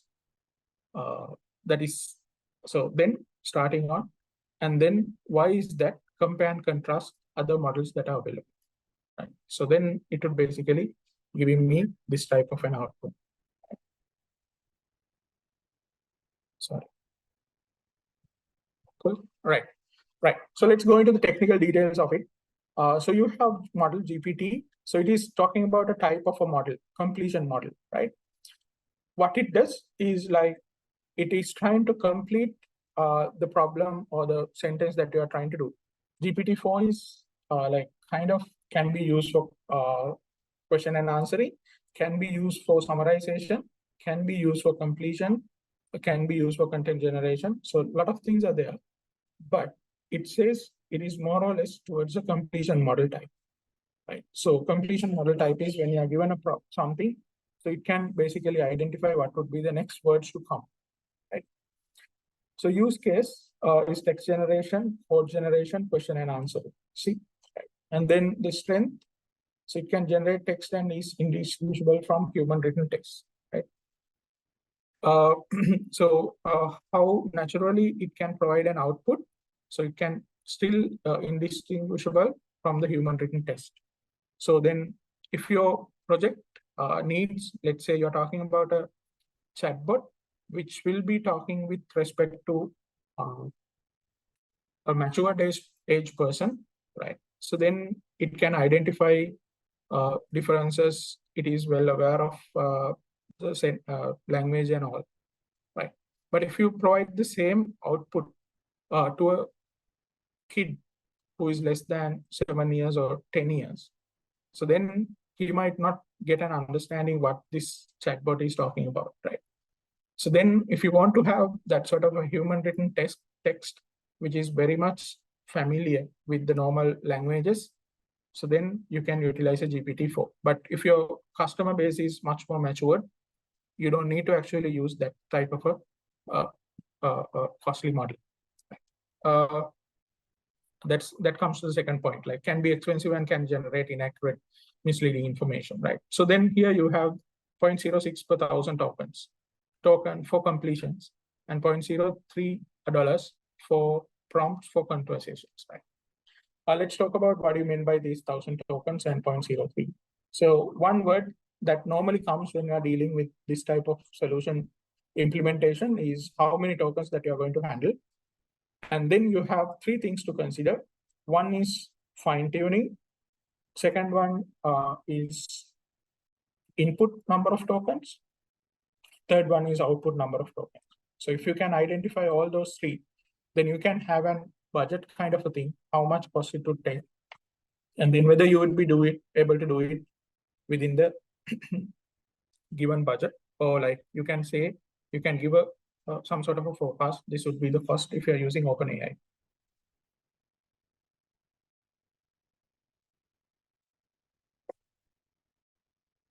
So you have Instruct GPT. It is again another model, which is again developed with respect to GPT that is available. So it is kind of assistant model, right? So then it is again expensive because it is developed from the GPT-4 itself. And you can see the same level of pricing is there.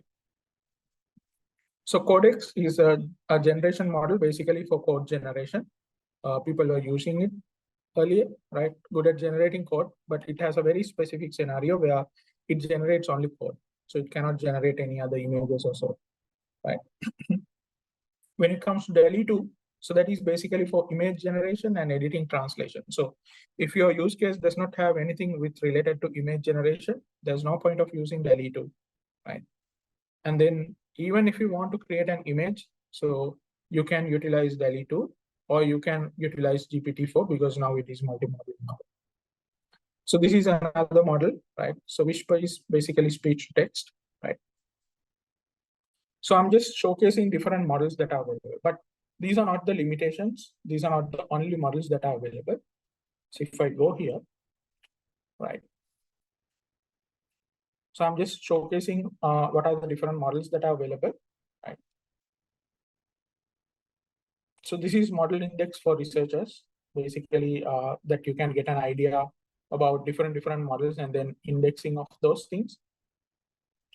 So you can go to, these are not like nothing else. These are basically utilizing the OpenAI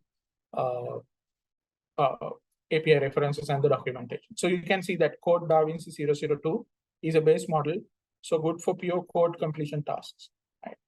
And then Text DaVinci 003 is an Instruct GPT model based on, so that it basically can perform as I shown you earlier. So this is an assistant model, right? So it following instructions, answering questions, and generating creative text formats. So let's say you want to do a question and answering scenario where you need to provide an answer with respect to what you need. So you can use DaVinci 002, right? If you can remember, that is what we were basically utilizing DaVinci 003, but yeah. So you can see DaVinci 003 is an improvement on DaVinci 002. So if you want to do any creation, question and answering, reasoning, DaVinci 003 is a great, right? And if you want to use the latest one, which is like right now, I think I'm not sure whether it is available in the Sri Lankan context or this region. So GPT 3.5 is kind of like the most latest one, and then we optimize for chat, right? So here you can get the technical details, how these models have been trained, supervised fine-tuning on human demonstrations, right? So this is like rated 7/7 human labels on overall quality score. So you can get a real understanding about what exactly these things are, right? So you can also get the research papers that basically related to these things by utilizing this URL. Let's talk about what you mean by 175 billion parameters, right? I was saying that these things are really important, right? Okay, so when you're saying model name in paper is GPT-3 175 billion. So 175 billion is like the number of the data set that it has been used, and then different combinations that it can create. Right? So let's say you have 4-word kind of a thing, and then you can get 4 factorials basically to arrange them. So think about that you have 100,000 words, right? How many factorials that you will be having, and then 175 billion comes with respect to that sort of a calculation. Not exactly, I'm just trying to explain it in an untechnical form, right? So earlier we were using Curie for most of the cases, right? So GPT-3 basically runs on Curie, right? So right now everyone is moved to 3.5. So that is why we are using DaVinci, or kind of like GPT Turbo would be used maybe when it is available for us, right?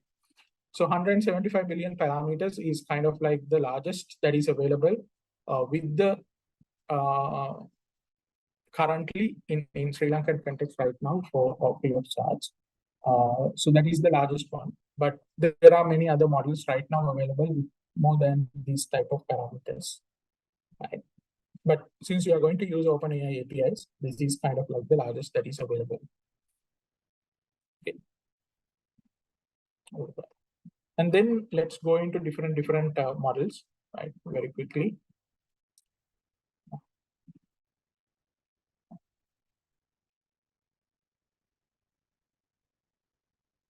So this is GPT-4.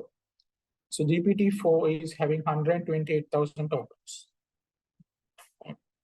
So you have the data available up to 2023 April.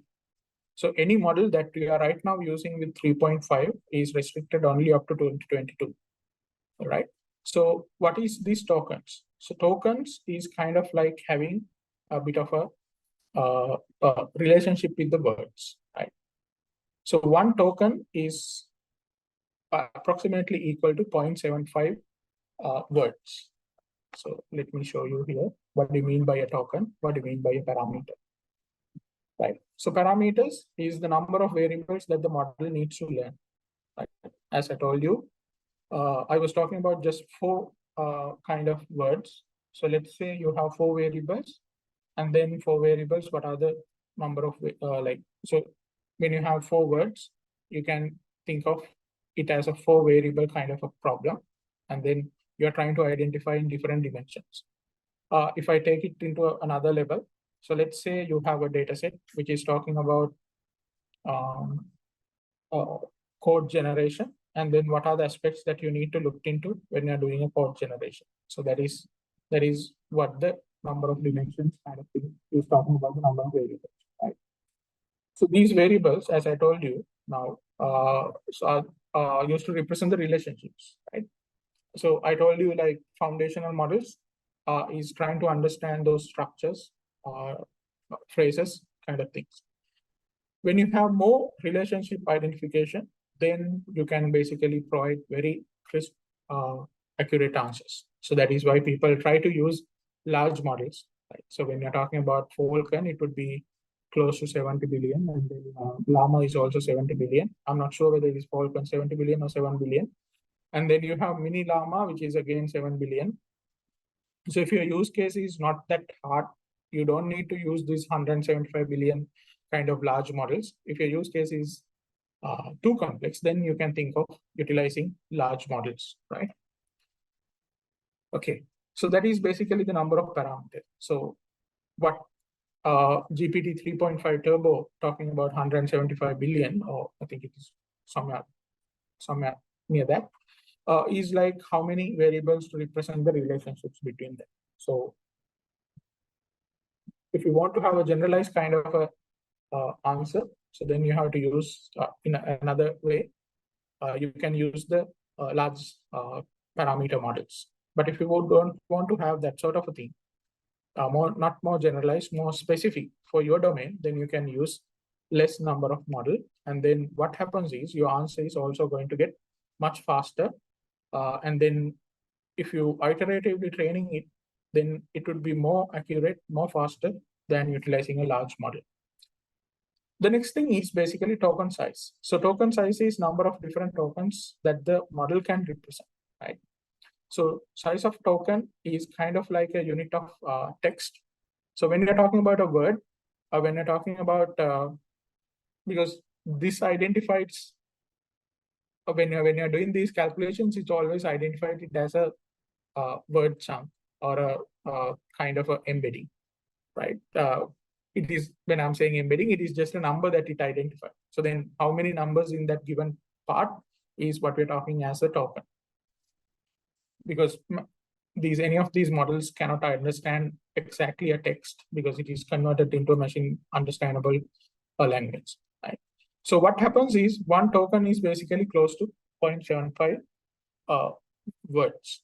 So if I have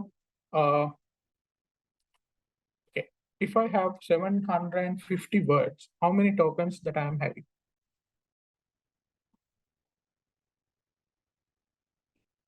I'd like to see an answer. If I have 750 words, how many tokens that I'm having? Very good. Okay. 100 or 1000? Yeah, I think it is 1000, right? Yeah, great, awesome. Okay, so now why this is important? Because this basically affects your cost when you are training through OpenAI APIs, right? How many tokens that you are going to give for the input? Okay, so it always calculates with respect to 1000 tokens. Okay, so let's go to the pricing. I think I have not opened it up.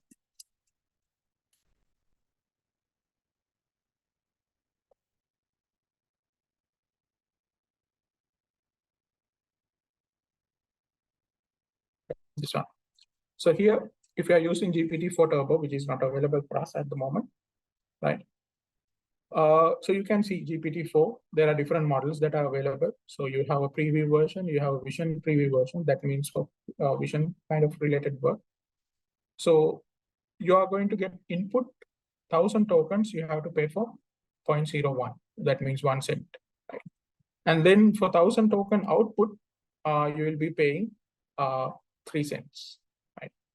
That is when you are using GPT-4 Turbo, right? And then it would be same for GPT-4 as well.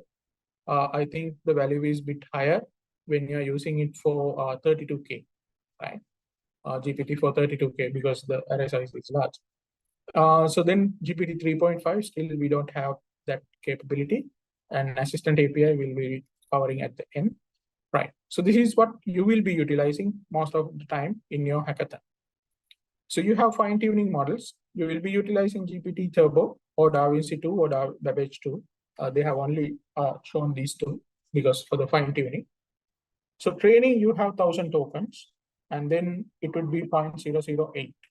Okay. What do you mean by this training? So I'll show you. Basically, when you are trying to develop this thing, as I shown you here. Okay, this one. I actually cannot show you with exact one.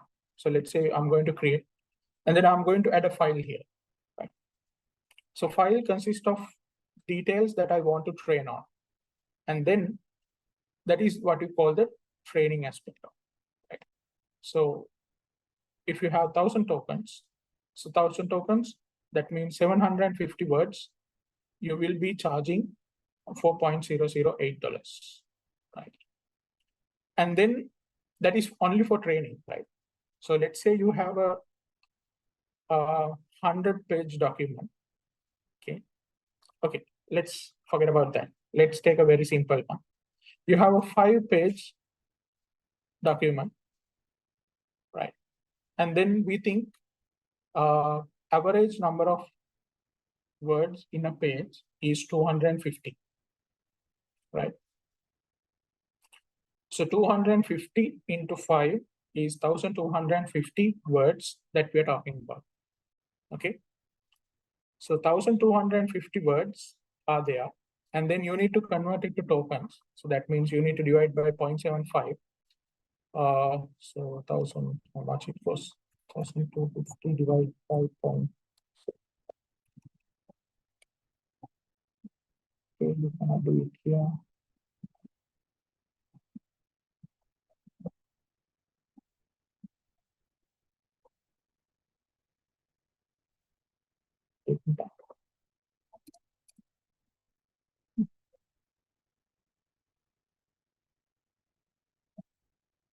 It is, I think, 13,000. So it is almost 1666.67 tokens, right? I think most of you are not utilizing Edge browser at the moment, but when you go here, and then it comes as a chat, and then it utilizes chat ChatGPT 4.0. And then you can also enable the Copilot here as well. So rather than utilizing the ChatGPT UI, you can also do things here. So you see, like 1250 divided by 0.75. If you give it to a calculator, it would provide it much faster. but it takes time here, right? You might be wondering why it has happened, because we are talking about a very large, powerful model, and then it takes a bit of time to do the calculation, because we have not given any role or anything. So it doesn't know what to do. So we are asking what is this, and then it has to calculate this and then get back to us.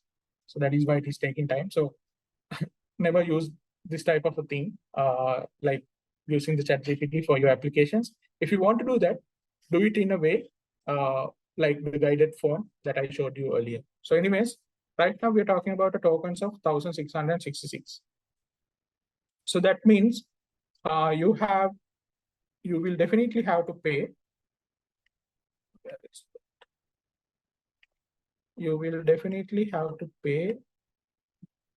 If you have 5-page document, since you have 1666, you have to pay 0.008 for one training, and then plus 0.66 multiplied by 0.008. I think you're getting my point, right? So you have 1666, right? And then it is being calculated for 1000 tokens, and then multiplied by 0.008. So this is kind of like your cost for 5-page document training, right? This is only for training, and then you have not even asked for any questions. And when you're asking questions, you will be charging 1000 token input is 0.003. You can restrict the output size so that 1000 token output would be 0.006. Okay. So if your answer is like a essay, then your cost is higher because output size is large. If your input is very much larger, as I told you, like provide the role, provide the context, give the clarification, give the answer format that needs to be come out. And then when you are giving all those four, sometimes your input size might be large. So that is why you need to be very well care of like think about how you can optimize this input, how you can optimize this output. And then at the same time, not to like one way is to lower down the cost, but then you cannot sacrifice your accuracy. So that you have to optimize all those things. So when you're in the hackathon, think about how you're going to utilize it. Okay. But the calculation is really simple. So you have to identify how many pages that you're going to have, or how many websites that you're going to have. And then you need to identify how many words that would be there. And word has to be converted to tokens and then multiplied by the training cost. And input is totally depend on you, how many words that you need to give for the input, and then how many output words that you will be expecting. Those things can be actually controlled. So it is within your range, but this one is without your range because you have to train it for the given documents. Right? So you have embedding models. We have not talked about what are embeddings. So these are base models that we were talking about right now. Right. So let's go to, I think you can also go and think about these, read about these other models, image models, audio, like this, right? Okay, I think, okay. So let's move on. Let's move on to the algorithm part again. We were talking about now 128,000 tokens, right? So if someone can convert it and say how many words would be there, what would be the GPT for the latest one, Turbo, how many tokens it has been trained on.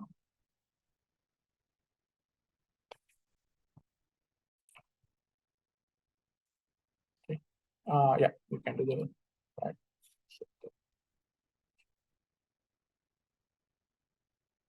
Okay, there's a question from Aksara.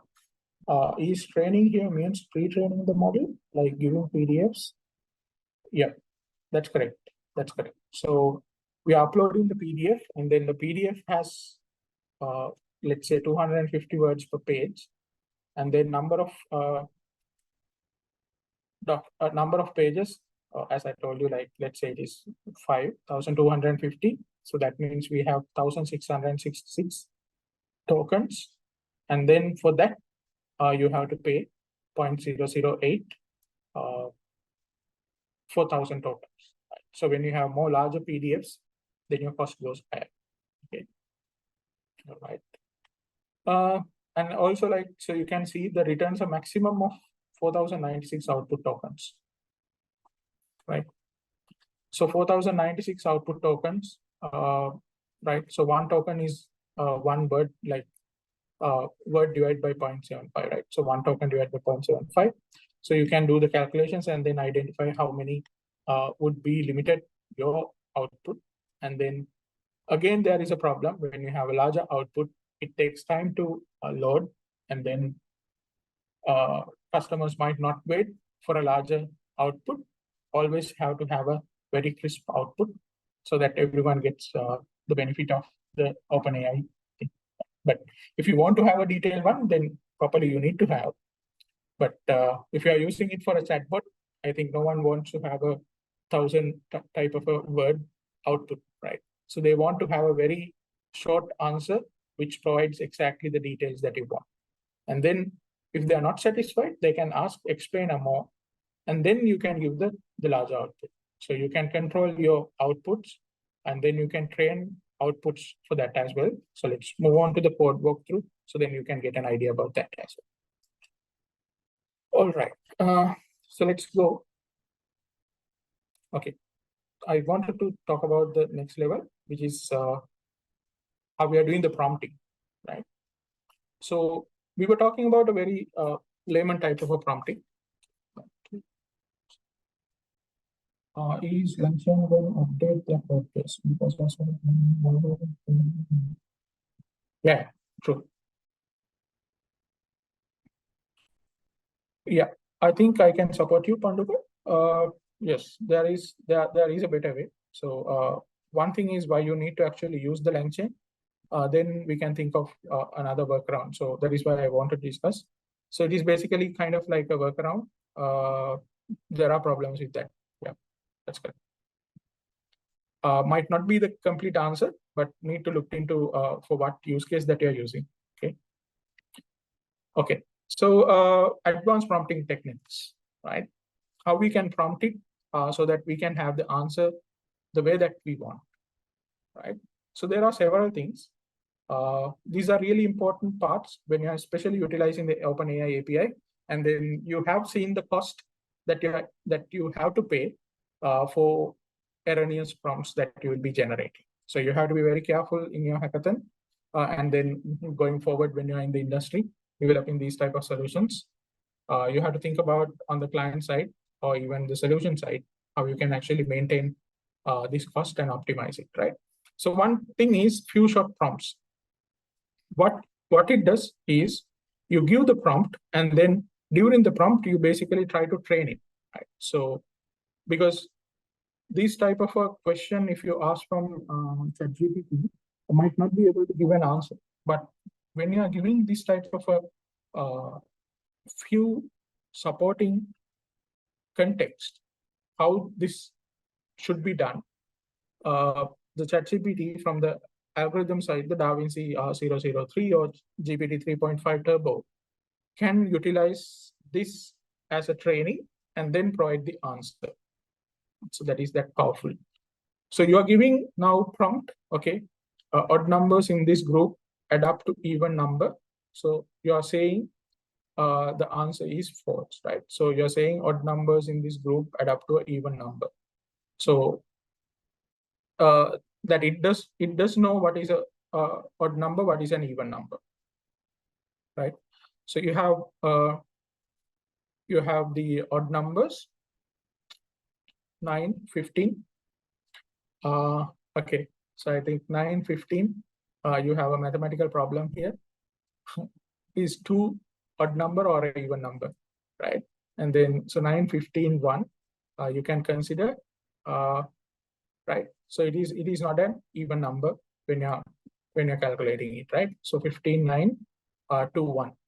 Okay. So if you don't know whether 2 is an odd number or an even number, then you are in trouble, right? Anyways, so 2 is an even number. I don't want to go back to your maths class, right? So 15 plus 9 is 24 plus 1 is odd.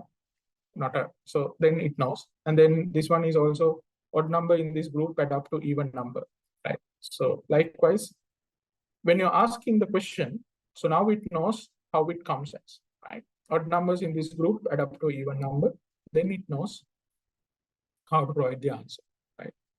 So if you want to have a crisp answer, one way is to provide few short prompts, right?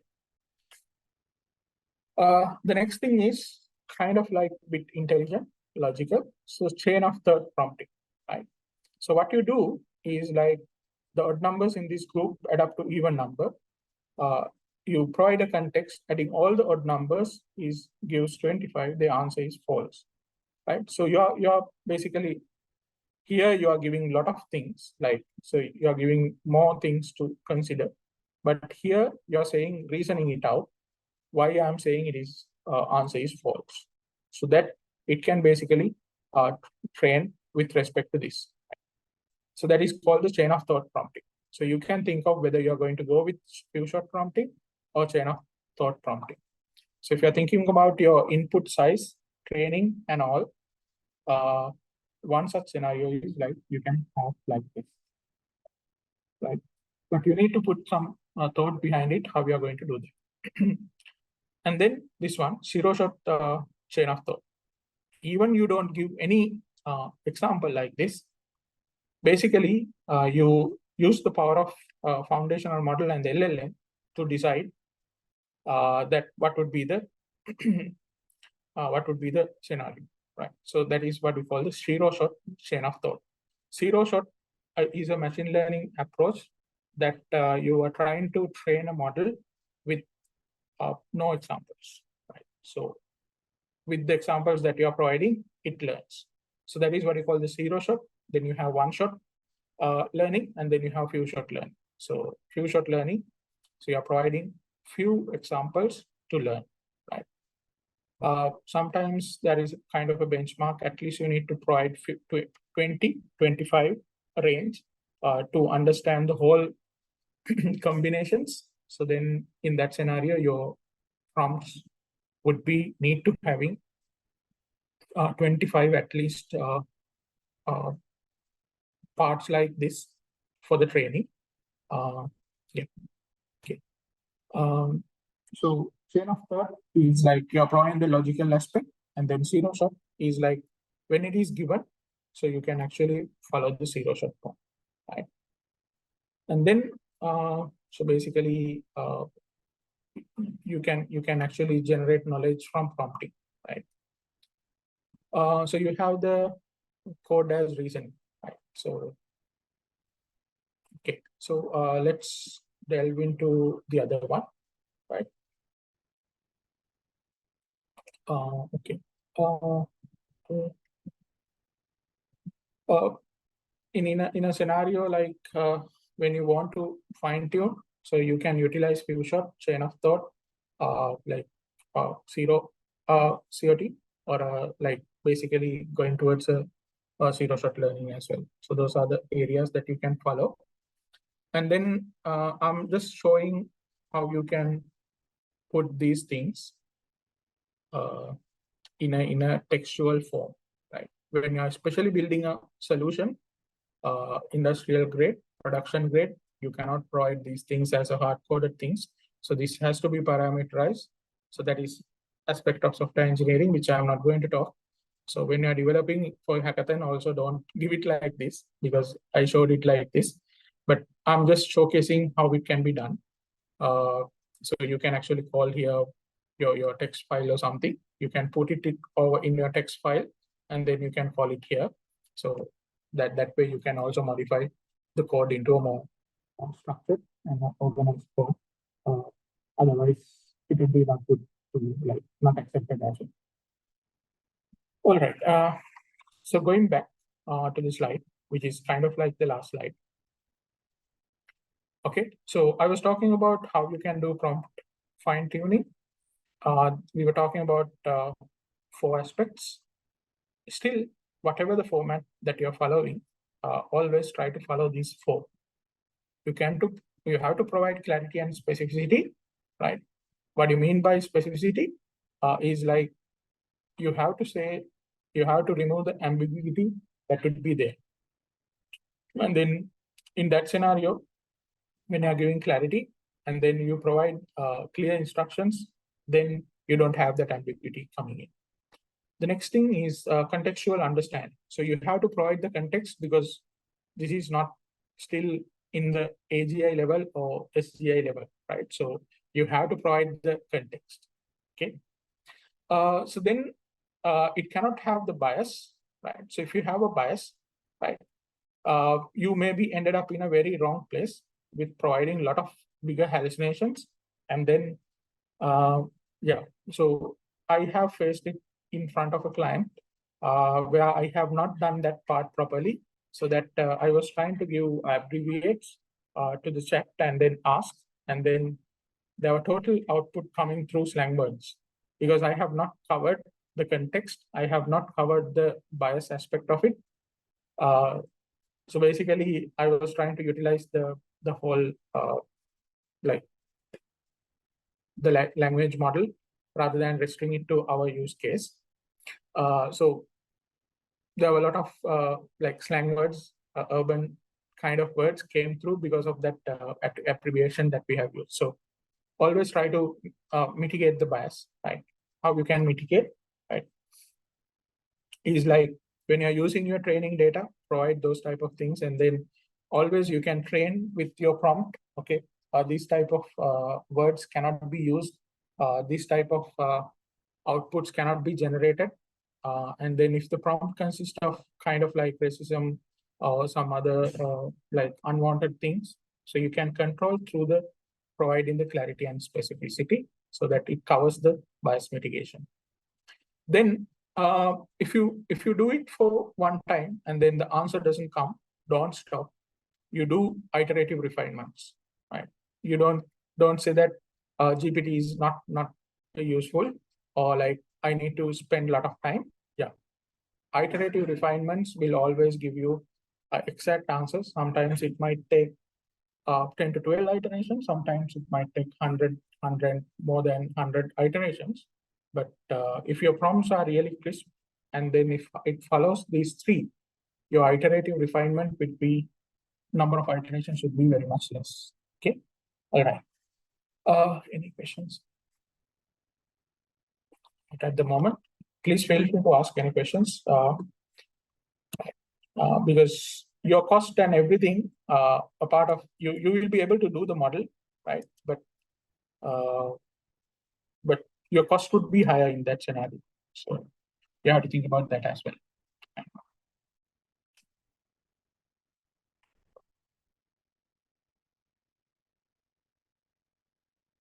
Okay, so we did not talk about the most important part here that I missed.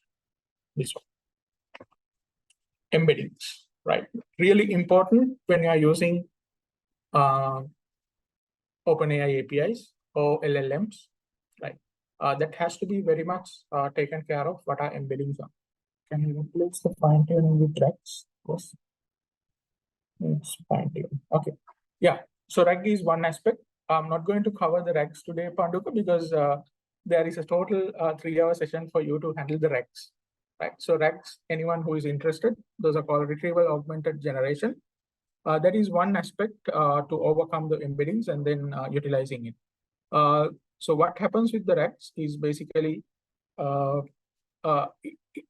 it fast route, and then it also minimize the latency to provide an answer. So you will get a good understanding about the regs in your following session. Yeah, definitely you can utilize regs that we have like experience starting from embeddings, moving to regs, and providing now solutions with respect to large documents and all. Yeah. Okay. And then the other question is, what was the other question? What are the specific cases that need fine tuning? Okay, cool. So especially two things. So one is if you don't want to answer for a question that has been asked in a using terms that are not acceptable by community, you have to train it. These type of words cannot be answered. You have to provide the completion as well, this is the answer you should provide. Okay, so that is one aspect. The second aspect is you want to fine tune when the model is trying to say that I'm not sure, I'm just a textual model, that I cannot answer your question. So then in that scenario also you have to fine tune your model, because then only your clients would get a real benefit out of it. Let's say that they are trying to get answers for their policy document or a supply evaluation or an invoice document. So then if you say that I'm not ready to answer that, then we are not utilizing the exact like kind of thing through the generative AI or LLMs, right? So that is the second thing. The third thing is you have, let's say, an invoice document, policy document, or like any document, right? Or else you want to generate some content for a marketing material, you want to generate some content for your project, you want to write a research paper, and then you want to generate some content for that, which not right now recommended, but people are utilizing right now. So if you want to do that sort of a thing, then you need to fine tune with respect to your use case, because the GPTs, anything is not developed for your use case, it is developed for community use case. So then in that scenario, let's say you want to generate a GPT, generate an output with respect to your domain, you have to fine tune. So those are the cases mainly you have to do the fine tuning. The last part is basically your answers are not accurate, and then your answers are not giving the way that you want. So then you can do the fine tuning to fine tune your output with respect to the output the way that you want, right? So those are kind of like the 4 areas that you need to perform the fine tuning. Okay, so when you're doing embeddings, so embeddings is, as I told you, we are talking about tokens, we're talking about embeddings. So tokens is again a way of representing number of words and all. Right. So let's say you have a sentence. I'm attending to AI-driven first session today, right? It might have a large sentence, right? So if you try to train through that large sentence so that your array size would be really large, and then every time you calculate, it needs bigger memory. But if you can actually chunk it out with 2 words, 1 word, likewise. If you take it 1 word, again, you have a really large number of things to manage. If you take it like 2 words, then it would be less rather than using the large sentence, right? So likewise, you can actually split your sentences. You can actually split your text that is available. And then that split can be given a kind of like a numerical form, so that what it does is when you do, let's say, this OpenAI text embedding measure the relatedness of the text strings. So if I converted it to simple chunks and then generate what are the relationships. So when you're saying OpenAI's text, right? Then we know that there's a higher chance that it can be embeddings. OpenAI's text measure can have a less probability compared to embedding. OpenAI text would be the lowest probability because text the part might not come in the language pattern. So likewise, what it does is it deviates into chunks and then try to identify what are the relationships with those different word chunks. That is what word embeddings are. The definition, like kind of what word embeddings are doing.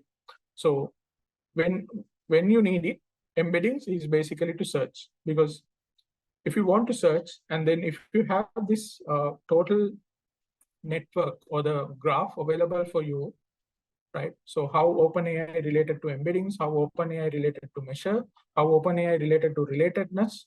If you have probabilities available, if you want to search what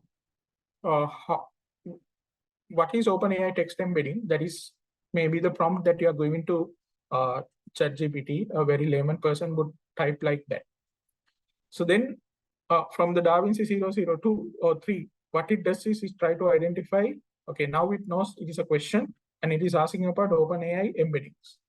So it would try to create OpenAI text, OpenAI embeddings, OpenAI measure, put it into a graph and see what would be the highest probability terms that should come. So then it would provide the highest probability one as your output, right? So if you give it as a tone for a layman, it would identify different words that needs to be given as layman. So likewise, it gives you the output. What happens with that is like, when you have embeddings, it is much faster. And then next thing is RAGs. So when you're talking about the retrieval augmented generation, so it rather than creating these, identifying these probabilities and calculating the probabilities, it is trying to augment what would come next. So it is much faster than finding out the probability network inside a graph, right? So that is why the RAGs, people are moving out to RAGs when you have large number of text available. Okay, Panduk, I think I answered your question just now in a more technical manner. So embeddings are basically used for searching. Then you can use it for clustering because same number of words put together, right? And then when you want to create a recommendation, you know what are the words that needs to be given, whether the recommendation has to be given in a more natural manner, more layman manner, more technical manner. So you know what are the words that should come, because your embeddings have the probabilities calculated, the network is already there. And anomaly detection, very much faster, because you know you have a word cluster and then there is a new word coming in, which is totally outside. So that means it is an anomaly. So likewise, you can have the diversity measurement, again, a part of anomaly, right? And then classification, because you have the clustering, you know that these are the same classifications, classifiers that are available, and then provide it. So word embeddings are like that. So how you can do that is like, so if I show it to you, right? So let's say we have a document, and then each and every word embeddings would look like this. Right? So it is, at the end of the day, it is a probability value that you, it is that. So here you have negative values, so it is not going to be a probability value, but it is going to be a chunk that identifies by the machine so that it can use it in a network. Right? So you have different embedding models. So one is so GPT-2 or GPT-3, which can best 2046, but right now, like I think these two are not frequently used, right? So most of the people are trying to use this embedding ADA 002, but rough pages per dollar. So it can actually embed 3,000 pages per dollar, right? So it is basically again going in the calculation that I did. So 1,000 tokens, 1,000 tokens 0.008, and then 1,000 tokens are like you can calculate and then do the math there, right? Right. So for 166 again, that means like 1,250 words, you have to pay close to 0.01, right?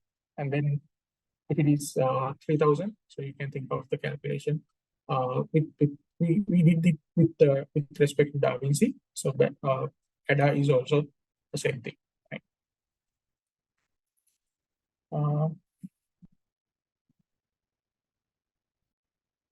Okay.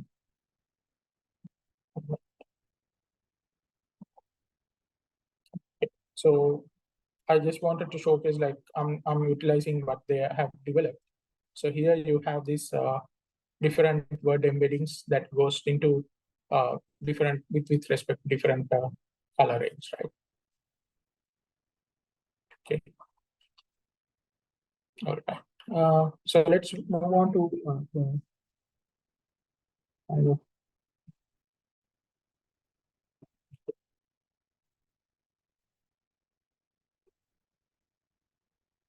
so here the embeddings and then chunking part comes in. So here basically what you're doing is we try to collect data from different sources, right? So we have given the wiki site, and then category is like this one. So it basically identifies the whole documents with respect to that. I'm just utilizing an example here, right? So this code is basically understanding where the what are the documents that need to be collected, right? So it kind of like identified 131 articles with respect to 2022 Winter Olympics, right? In the given Wikipedia, like in the Wikipedia, there are 731 articles. So that has been identified through this, right? And then we need to put those 731 articles, and then we need to get answers out of that, right? So we can actually define what are the things that we don't want to look for, because it basically minimize our training.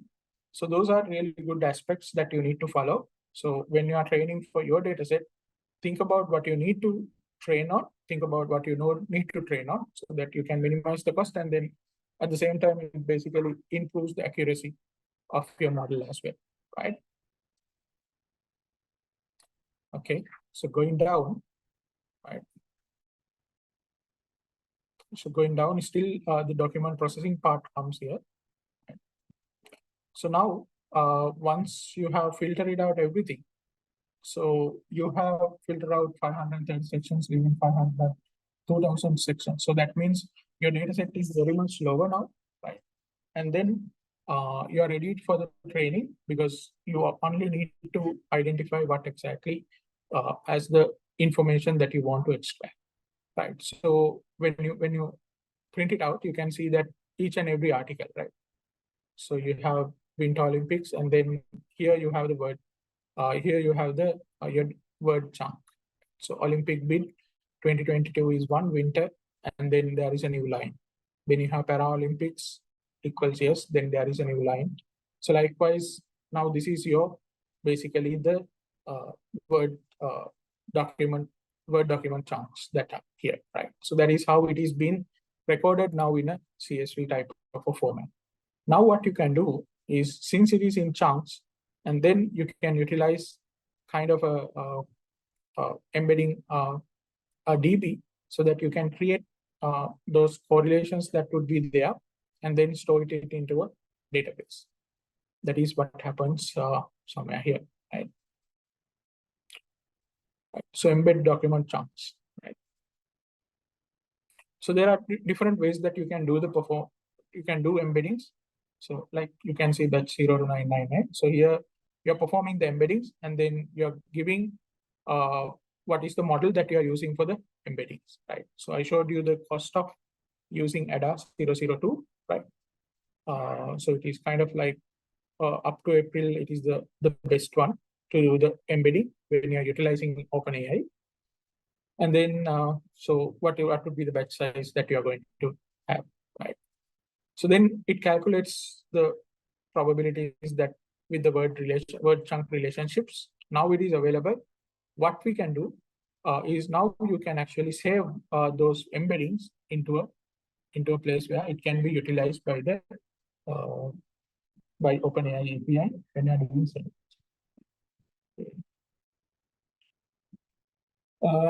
So word embeddings.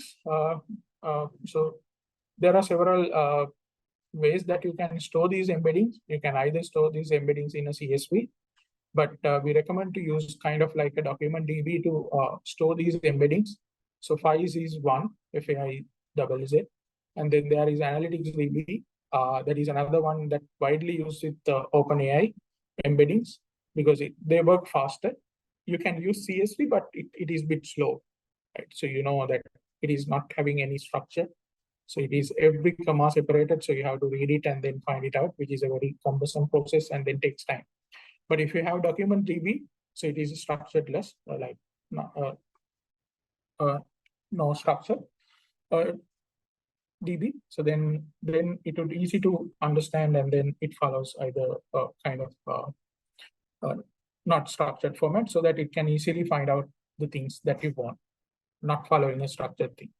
So that is why you are recommended to use specific embedding like different document DBs that are available, right? So if I go to the right now, so now what I'm doing is, now I have a kind of like now I have a document set ready to ask questions now, right? And then what I do is, I basically try to identify. Okay, so here what we're trying to do is, one way is to find out articles, put it into a document, and then put it into a document DB, and then ask questions. So what happens is, every time you get a new document, you have to follow through this pipeline and update your embeddings with respect to the new document. And then when you use LLM, when you use OpenAI API, then it would fetch from the embedding DB that we're talking about, right? That is one way. So that you have to do a manual task that every time when a new document comes in, you have to do the embedding separately so that your new document data is available for you, which is good if you don't have like almost 6 months or 1 year, your documents doesn't change, right? Let's say if your policy documents, normally policy documents don't change much faster, much frequently. So then you can use this method. That means like every 1 year or so, you have to create these embeddings and then update, right? But let's say you're talking about a scenario where your documents are getting highly like every day updated. Let's say we are talking about a invoice. We are talking about a customer document, purchasing document or something, right? Then there are multiple like invoices that you may be issuing every day. And then there are multiple invoices that you will be receiving from your suppliers every day with respect to a business kind of a scenario. Yeah. So in that scenario, like you might not be able to train it every day, every hour. That is not possible. So how you can automate that is what we are showing here. Right? So what you can do is, so suppose your client has a place where those documents are getting updated, right? What you can do is, you can have a dynamic kind of embedding scenario where when you run a query, it always goes to the documents storage, identifies it, check whether a new document is there, embed it, get back, and then answer your query. Might be taking time, but it has been automated. Like it is just invoicing coming it out. When you ask a question, it was always up to date, and then nobody needs to come and put it here, likewise I shown here, right, in my previous example. So how we are doing it? First, you need to search, then you need to re-rank, then you need to come to an answer. So this is what we are explaining. So this is one of the best ways to get ChatGPT OpenAI API to answer, especially for document-related search, summarization, and content generation with respect to the real-time details that are available. Right? So what happens is, when, let's say, your supply chain team asks a question with respect to total invoices, who would be the best supplier to think for a for process A, right? So that you can get the details not only up to the last month, but also up to this month, this day, because we are right now taking all the supply invoice documents and then try to evaluate with respect to several dimensions, right? How you can actually do that? So user asks a question, so that when the user asks a question, we convert that question into a query in which it goes to the document storage and then find it out what are the new invoices or documents available. That is the first part, right? So GPT generates a list of potential queries, and search queries are executed in parallel. So it is trying to identify what are the documents that are available, what are the supply evaluation dimensions that I need to think of, who are the suppliers that was not being contacted for last 6 months or so. So those are, like, let's say we are generating 3 queries here, and parallelly it runs, right? And then for those 3, so embeddings for each result are used to calculate the similarity to generate a hypothetical ideal answer to the user question. So this is the logic comes in. So now I have asked 3 questions, and for those 3 questions, I have taken answers, right? And then ChatGPT would give an answer with respect to how it has been trained, right? So results are ranked and filtered based on the similarity metric. So this is basically the kind of thing which we have not trained, which OpenAI API would provide. And then given the top search result, the model generates an answer to the user's question, right? So based on that, it will provide in a natural language form, okay? So this is what it normally does.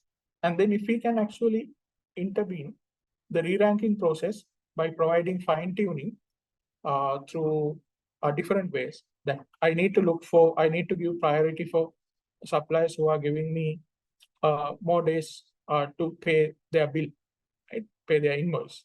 That is the priority that I need to give. So that is a fine-tuning.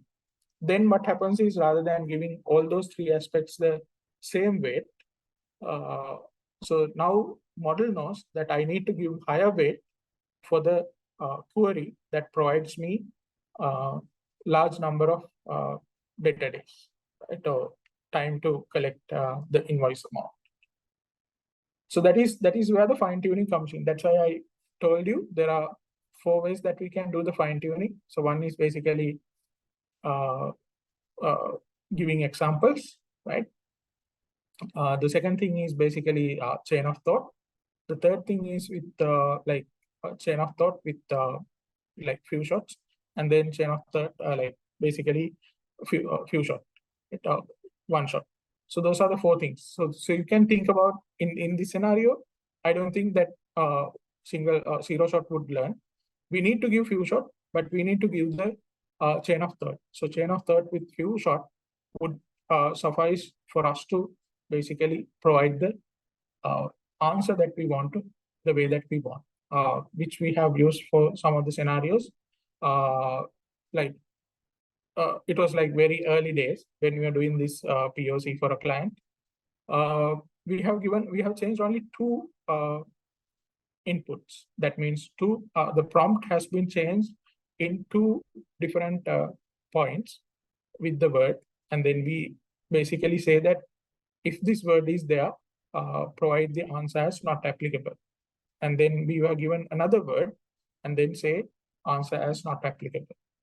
So interestingly, and then surprisingly, all the other related words that those 2 were basically given by not applicable, and we just did only with 2 prompts, right? So it is not 0, therefore it is not 1 because we have given 2. So it is a few short, but just 2, it identifies the whole similar type of words. We were just experimenting whether we need to give all the type of words or how many words that we need to give. We didn't know. It was a trial and error, but we just did it with 2, and then it identifies for all the boundary conditions that would work for us. So this is a place where you can actually be more creative, and then coming up and then enhancing the power of the LLM with respect to the zero shot, few shot, or a one shot learning scenario. Right. So, right. So I think we're almost at the time, but let me show you how it has been done. So now you have your API key needs to be given, and then you need to give what is the model that you're going to use, right? And then these are basically to start up the process. Then you start off with the search, right? So the user question is basically like in this scenario, who won the NBA championship and who was the MVP? Tell me a bit about the last game. So this is what the user asked, right? So now in order to answer this question, you can actually think about what would be the input. So you have to access. So this is where the creativity part comes in, and this is where the like you have to be more intelligent than the GPT to provide what type of a query that you need to provide in order to answer this by looking at the latest documents that are available. So you're saying that you have access to search API that returns recent news articles, generate an array of search queries that are relevant to this question, use a variation of related keywords for the queries, trying to be as general as possible, include as many queries as you can think of, including and excluding terms. Right? For example, you are giving an example like include queries such as this, and then be creative. The more queries you include, the more likely you are. So this is kind of like the input that you are giving now, right? And then what it does is, before going to anything, so it is basically creating now a list of questions, right? So NBA championship winner, MVP of a NBA championship, because we have given what we need to as the keywords to be there, right? So it is giving you now set of list, right? And then right now what it's going to do is it is trying to search with respect to these things, right? So now you can run the search, right? Now you are basically run the search with respect to these dimensions. And then here you have the outputs, like, so you have the total number of articles, 554, top 5 articles of the query 1. So you can see like this, right? So you have the title, you have the description, right? And then you have the content, okay? Right. And then this is kind of like the row output. Now you need to rank it up. So how you are going to rank it up? You again have an input, right? Generate a hypothetical answer to the user's question. So hypothetical answer that you are giving now. So this answer will be used to rank what would be the how we are going to rank it up, right? So these are like not technical things. These are basically functional things that you have to be very intelligent to provide it. These are like how you can do it technically, but this is more functional aspect, right? So now we are generating embeddings. So you have now embeddings available, and based on the embeddings, now we are calculating the relationships, and then later on calculating the similarity aspect, right? So it gives you different probabilities with respect to the highest probability. You provide the answer. Okay. I know that some of things are a bit technical, but you can ask any questions if you have. I think we have come up to the end of the session. Then, yeah, please ask any questions if you may, and then you can also reach out you can contact the team, and then you can contact me through them.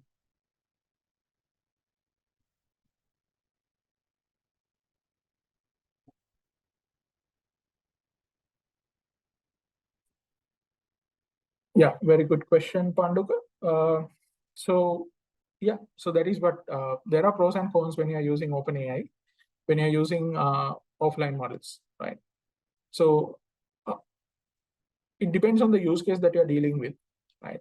And then it depends on the use case. It depends on the functionality that you want to have, right? So we are not saying that OpenAI models are the best models available with respect to several things, right?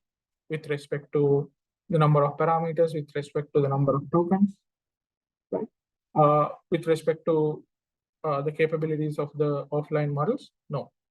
But if you want to have kind of like thing available for a quick demo, right?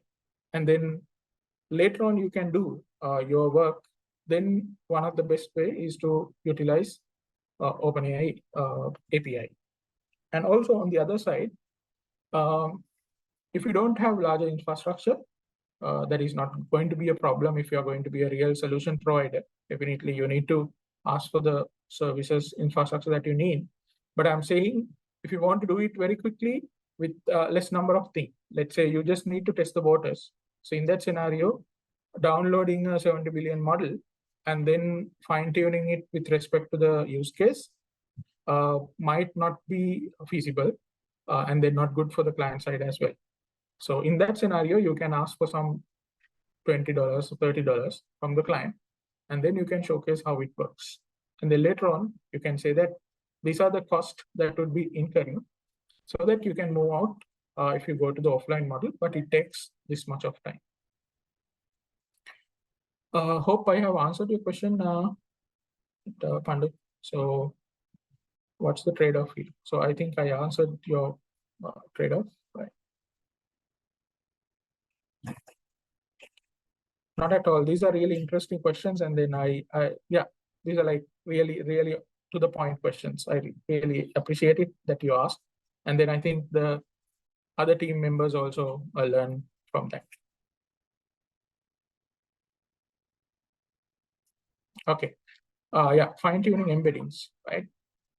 So again, you know that the definition of the fine-tuning, definition of the embedding is like understanding the correct probabilities and then the correct relationships, right?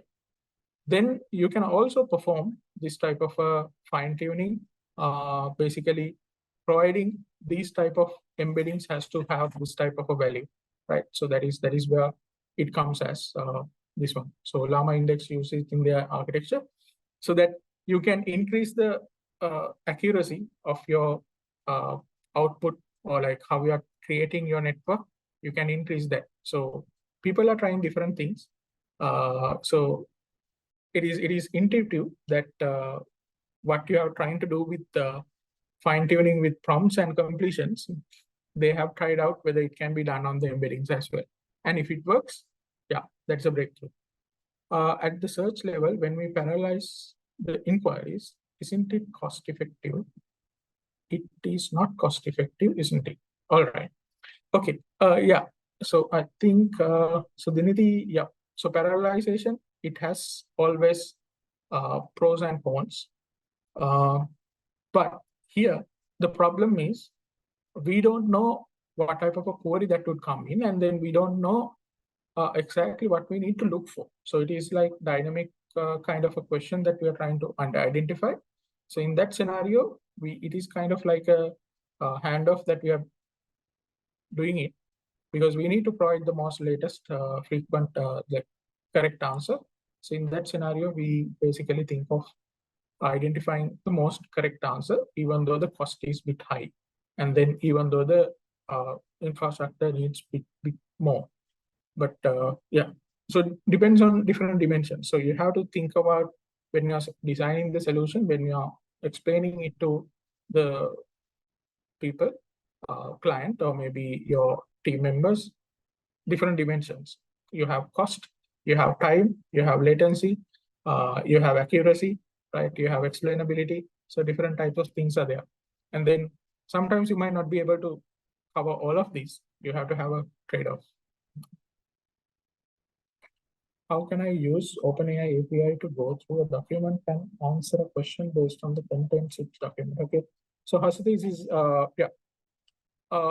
yeah, that is what I actually trying to showcase here. So if I go here, very simply, you can follow the same code up to here.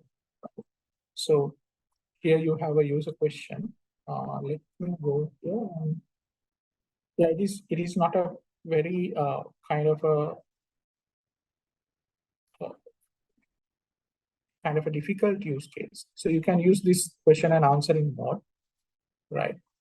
But with respect to the prompt here, what we have done is we have given the context.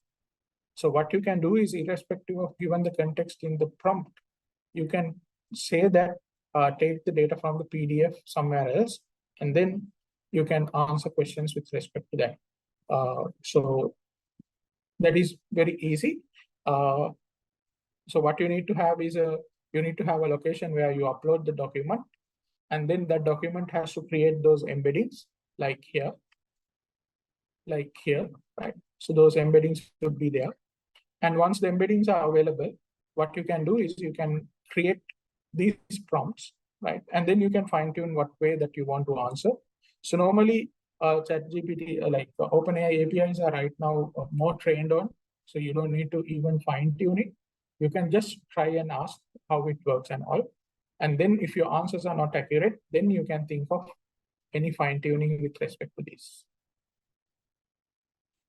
With respect to these. So people normally use this, or else you can actually go here. You can actually go here, and then you can upload this one. You can upload what are your fine tuning needs to be. So you can select what would be the model. So you can use Babbage. You can use these two. These are the latest ones. Let's say you're using Babbage 2, and then you upload a new, right? And then you give a name for that. And then you ask it to a validation. So let's say you can upload a new document here, right? Showcasing how you validate your answers. And then it basically creates this fine tuning and then available with your model. Right? So that is the way that you can do. If it doesn't work for directly for the available database. Okay. All right. And use custom GPTs that we created to an NPM. Yeah, that's possible. Then use a custom GPTs. Yeah, you can. That is how I that is good that you showed it here. So now you can create assistants. Right? So you can create your assistants with respect to the way that you want. You can have either a function, right?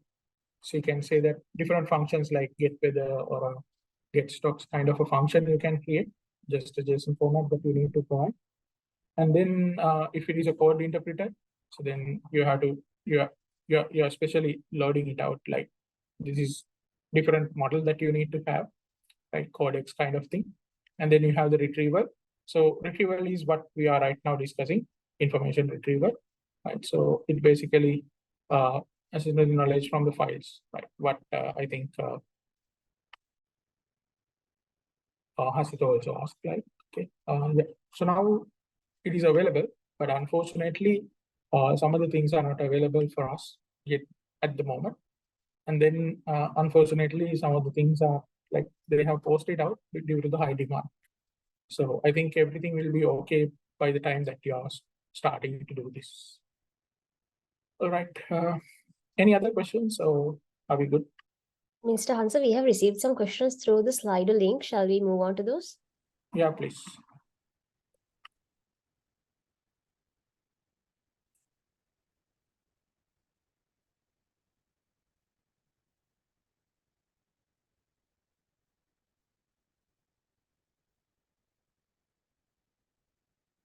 Okay, the first one, what, okay.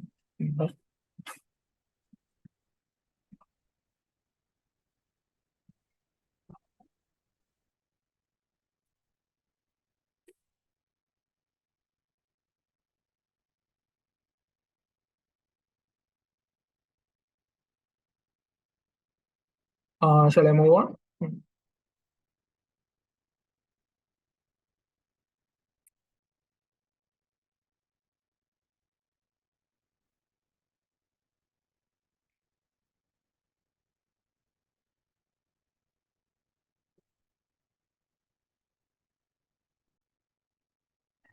Excuse me, Mr. Hansa.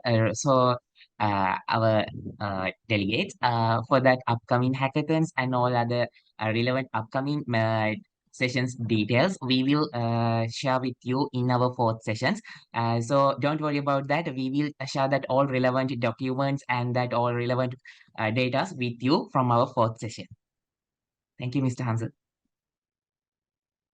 Okay, good.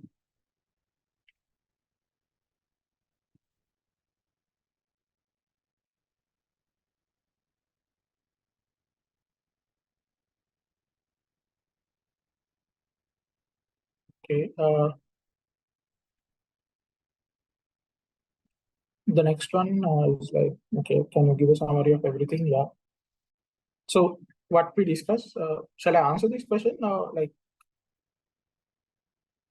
Yes, go ahead. Okay, right. So it is asking, can you give a summary of everything that was done today? Since as a beginner, I didn't get, sorry about that. Bit of things are technical, but summary of things, the big picture that I gave is like how you can utilize OpenAI API. First thing, you need to have API key that you need to go there. The second thing is you need to be very well aware of what you're going to do with GPTs because it has problems. If you use it correctly, it gives you wise answers. That is what I was trying to explain when you're using LLMs, when I'm talking about foundational models and all, right? So you have to be very much intelligent enough what model that you need to use. That is the second part of the kind of like that I need to cover. The third thing is this is not just searching. The prompting is kind of an art, and also it has a bit of science. So I was trying to explain the science and the art behind the prompt. So you can use a prompt to ask questions. You can use a prompt to train your model, and you can use a prompt to get the output the way that you want. So those are the three aspects. The fourth point is basically how you can utilize the power of these APIs or like LLMs to solve a question that might not be able to solve at once. So one such scenario is like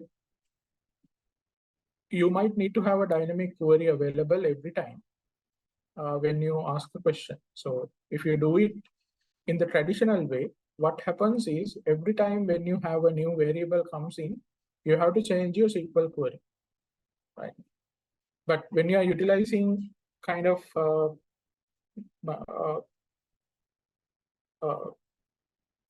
using dynamic prompting, so then you don't need to have that sort of a static part. You can get rid of that.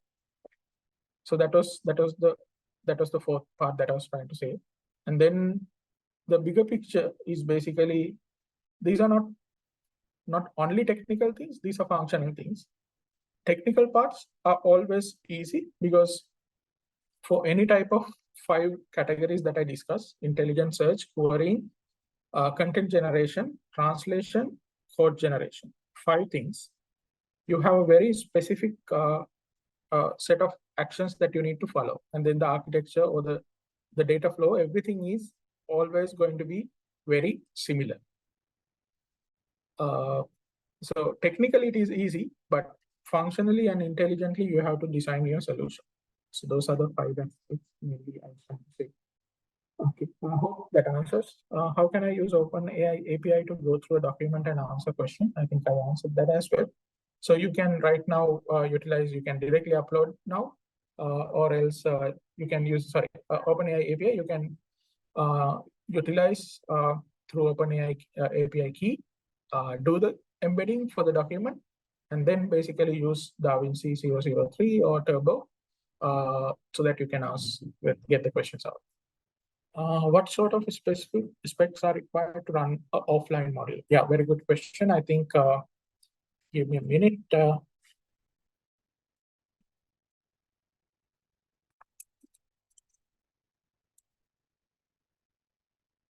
This is not something that I prepared.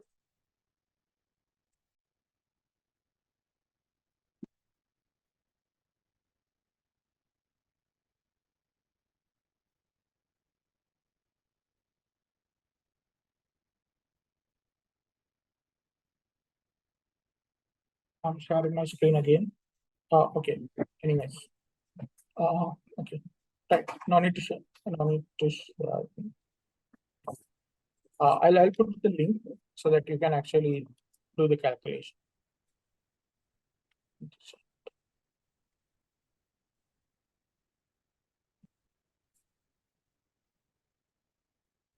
This is a document that I extracted from the internet. So,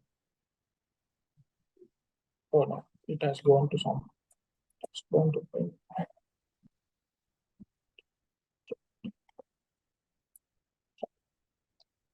Okay, so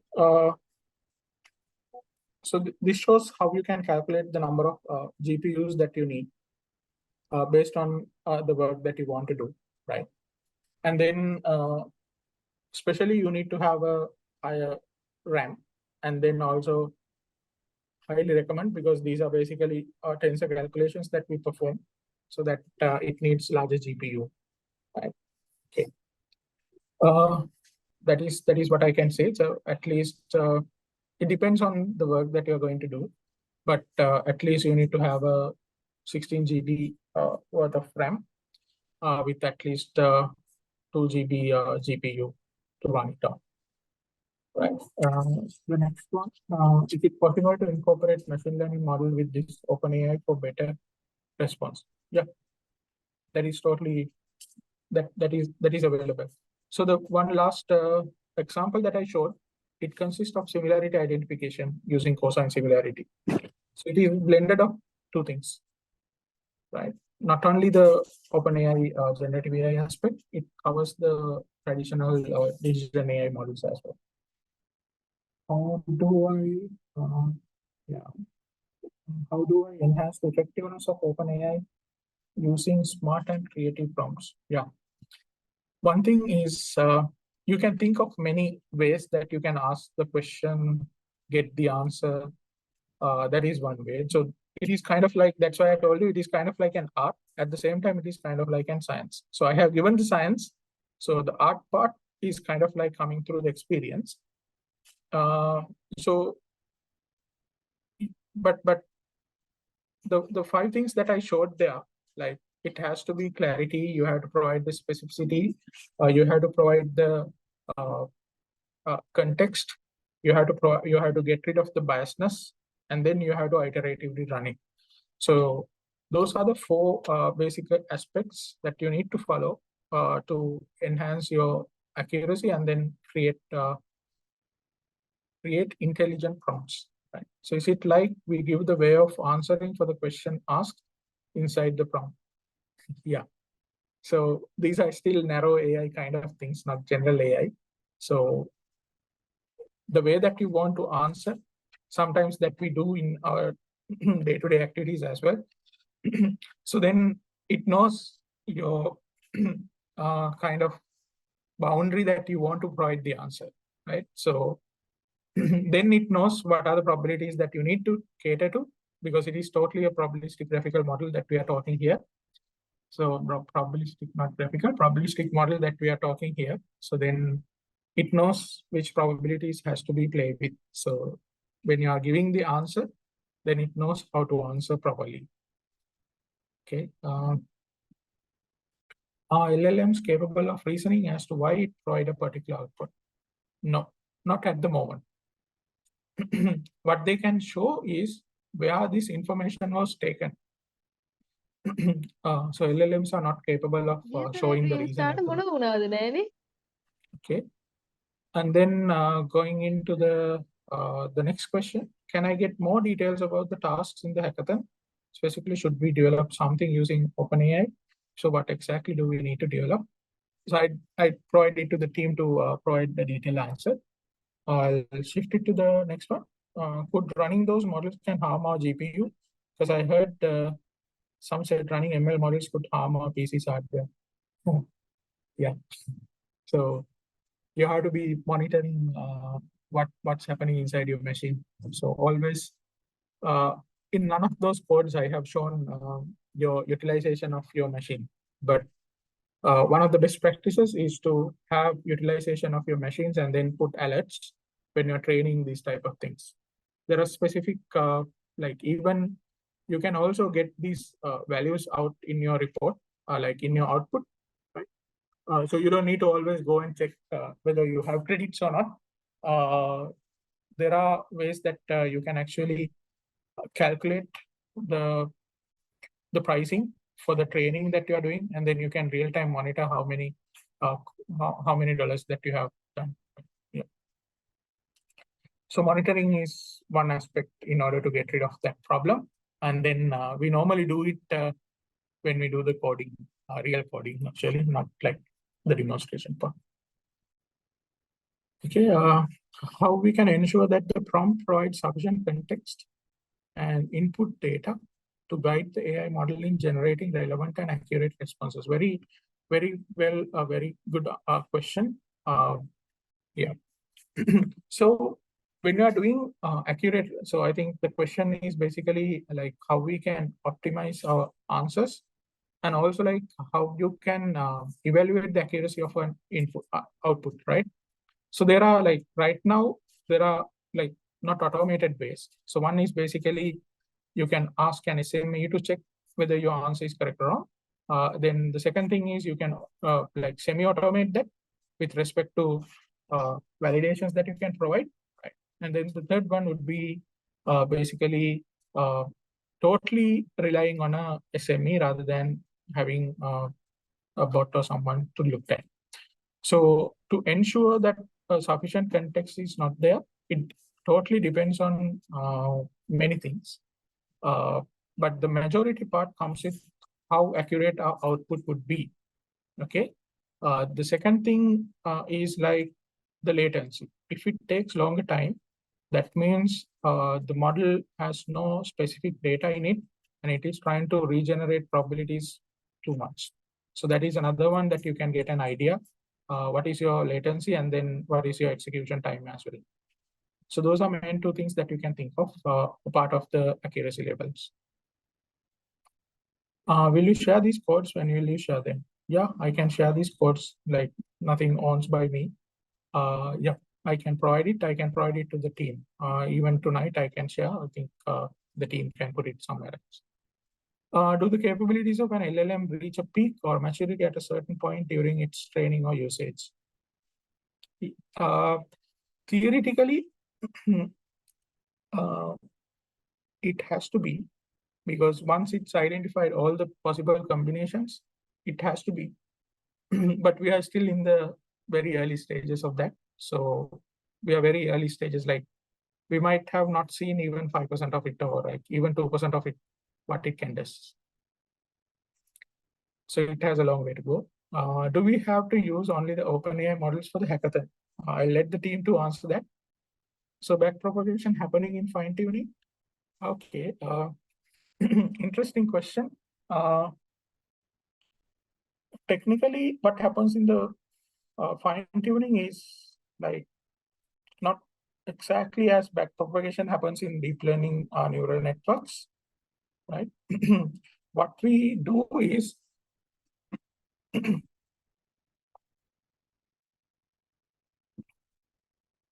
we try to enrich the embeddings that are available with respect to the way that we want the answer. So it is not a backpropagation kind of a thing. So we are enriching the probabilities and then the relationships. So theoretically aspect, it is not backpropagation actually. So since LLMs are not capable of giving reasons as to why it came to a particular answer, can we get it to output the reason aided by COT? Okay, very good, a very good question. So I think output the reasoning aided by the COT. Still, it is not right. So it might not be able to say that because of your chain of thought, I have given you answer. Still not. It cannot say. It can say, from this line, I picked it. That's all it can say. It cannot go back and say that it is because of this. What can we do in order to avoid hallucinations when we are generating answers using LLMs? Okay, very good question. One thing is like the best thing is to not to have a vague prompts. That is the most major thing. The second thing, that means like whatever the model powerful that you have, if your prompt is totally vague, there may be hallucinations. So always have to have a proper clarity, bias mitigated, contextual prompt. So that's the first thing. And then hallucinations can be overcome. Again, comes back to your prompt, and then ask closed set of things. Don't ask open kind of things, right? Because it can answer many things, because it can identify many relationships. Don't ask open-ended ones. That is another way of get rid of the hallucinations. And then don't ask questions like use specific terms and words. Again, come back to conceptualization. That might not have abbreviations kind of thing. So then it might not go into a wrong direction. One thing that you can do is like, if it is hallucinations are coming, hallucinations can come on two aspects. So one is with respect to your data, with respect to the model trained data. So you can control what happens in the model trained data. You can actually control and say during the code, answer the questions with respect to the fine tuning that have happened. So in that scenario, the hallucinations that come from the outside the world is restricted. Then the hallucinations come from your data set only. So in that scenario, what you can do is you have to be very much careful about how you are providing the training set for the fine tuning. So you have to think about like bias mitigation aspect when you're especially giving the training set for the fine tuning. Okay, are there specific best practices or guidelines that you recommend for ensuring fairness and ethical use of language models in coding and display? Okay, I think it is like still people are trying to find out better practices, but there are guidelines, right?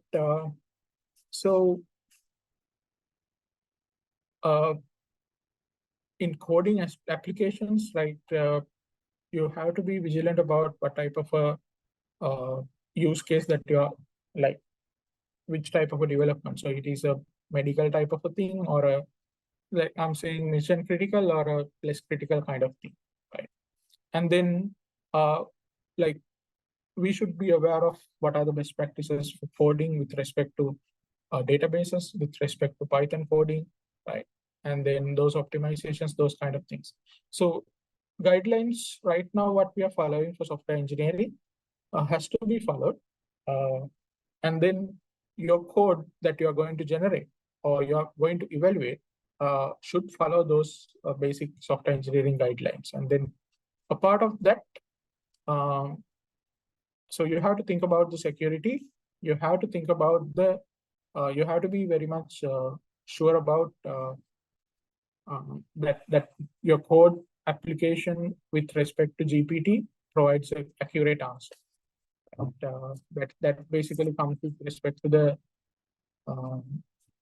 experience, but which I have experienced, like one of our colleagues had done sort of thing, which he used this code, which he tried to get this problem sorted, the bug sorted with the coding, with that. But first of all, it solved. But when it is actually scaling it up, there are a lot of issues. So sometimes it works for the day, but when you're thinking about the larger architecture, it might not work. So you have to be very much vigilant about that. So those are basic software engineering guidelines. That's why you have code reviews and other things. So as a summary through prompting, we are fine-tuning the model, right? Yeah. Not exactly the model. We are fine-tuning the way that we want, because we might not have time to, like, we might not have infrastructure even to train a model. We are not training the model. So model can be, I think you're mentioning, there are 3 types of models that happens. So one is the large language model, right? That may be OpenAI GPT 3.5 or so. For the embeddings, you may be using a different model like ADA 2, right? Or maybe like question and answering, you may be using a model like DaVinci, right? So there are 3 models. So none of these models are get trained with respect to our data with prompting. What it does train is like how the output needs to be catered with respect to our data. So when we have all those things out, we call it the model. If it is the scenario, right? So then what we have done is we have provided training set for the whole thing. But GPT is not going to get trained. Embeddings is not going to train. I'm saying the model is not going to train. Embeddings will be calculated. GPT will be utilized. DaVinci will be utilized. Right? The whole thing, the solution get trained on the dataset that we provide.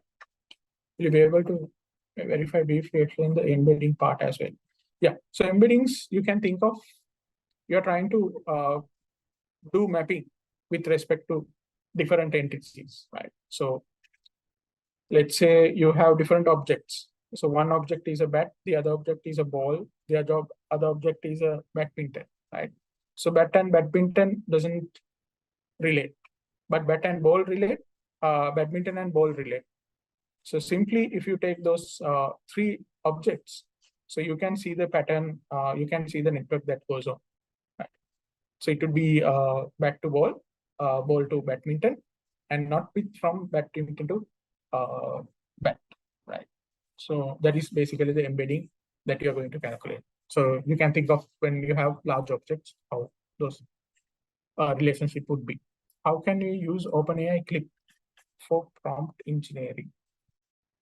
I am not actually aware of that OpenAI Clip part at the moment, so I need to look for that. Sorry about that.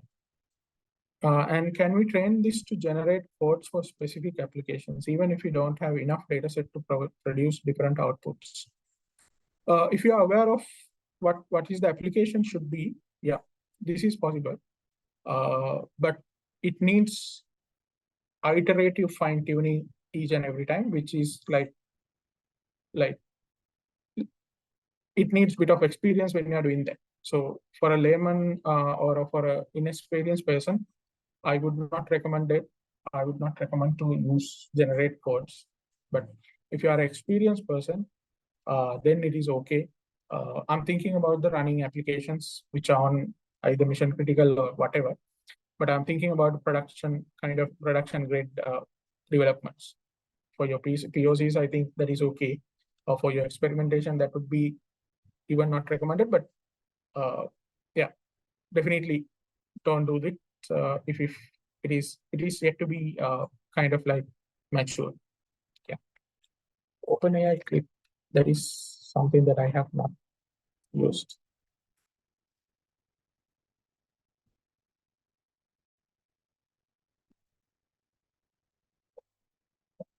All right, I think I asked most of your questions.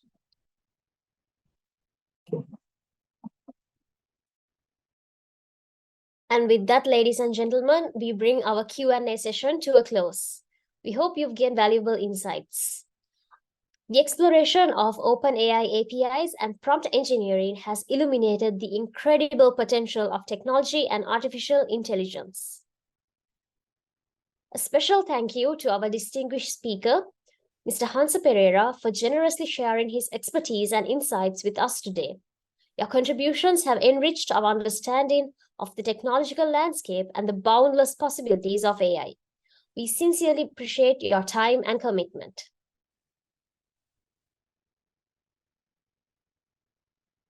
Thank you. All the very best. Bye. Before we adjourn, let's capture this memorable moment. To all participants, kindly turn on your cameras as we prepare to take a group photo to commemorate this engaging session.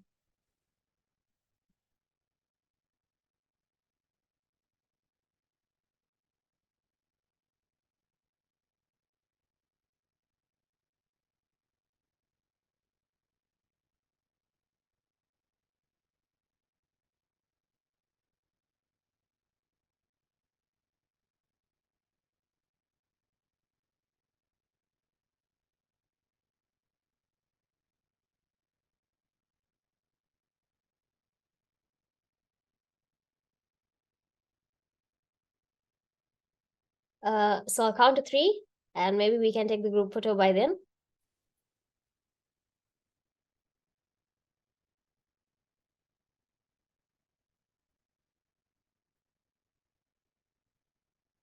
1, 2. I think we need more participants to be turning on their cameras.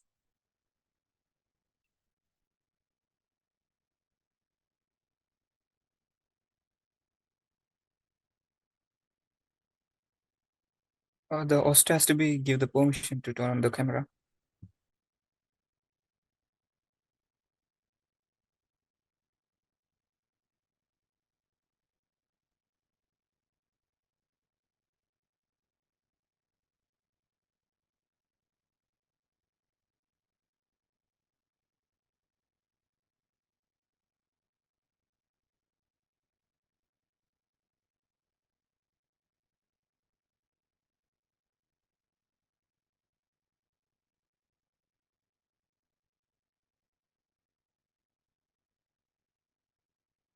All right, so maybe from the count of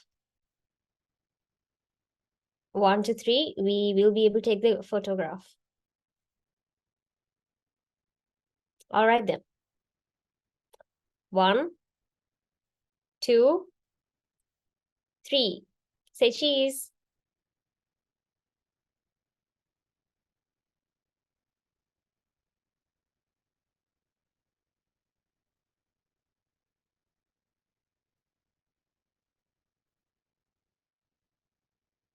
Okay.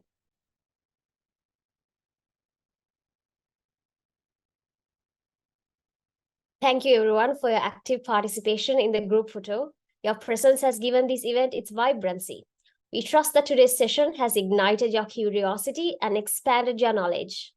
Stay tuned for the second session of the AI Bootcamp series happening on the 26th of November, which is tomorrow, where we will delve deeper into retrieval augmented generation versus fine-tuning LLMs. So catch us tomorrow at 6 p.m. until 9 p.m. and we hope to see each and every one of y'all.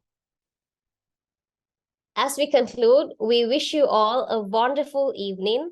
Stay curious and stay connected to the ever-evolving world of technology. Have a great day.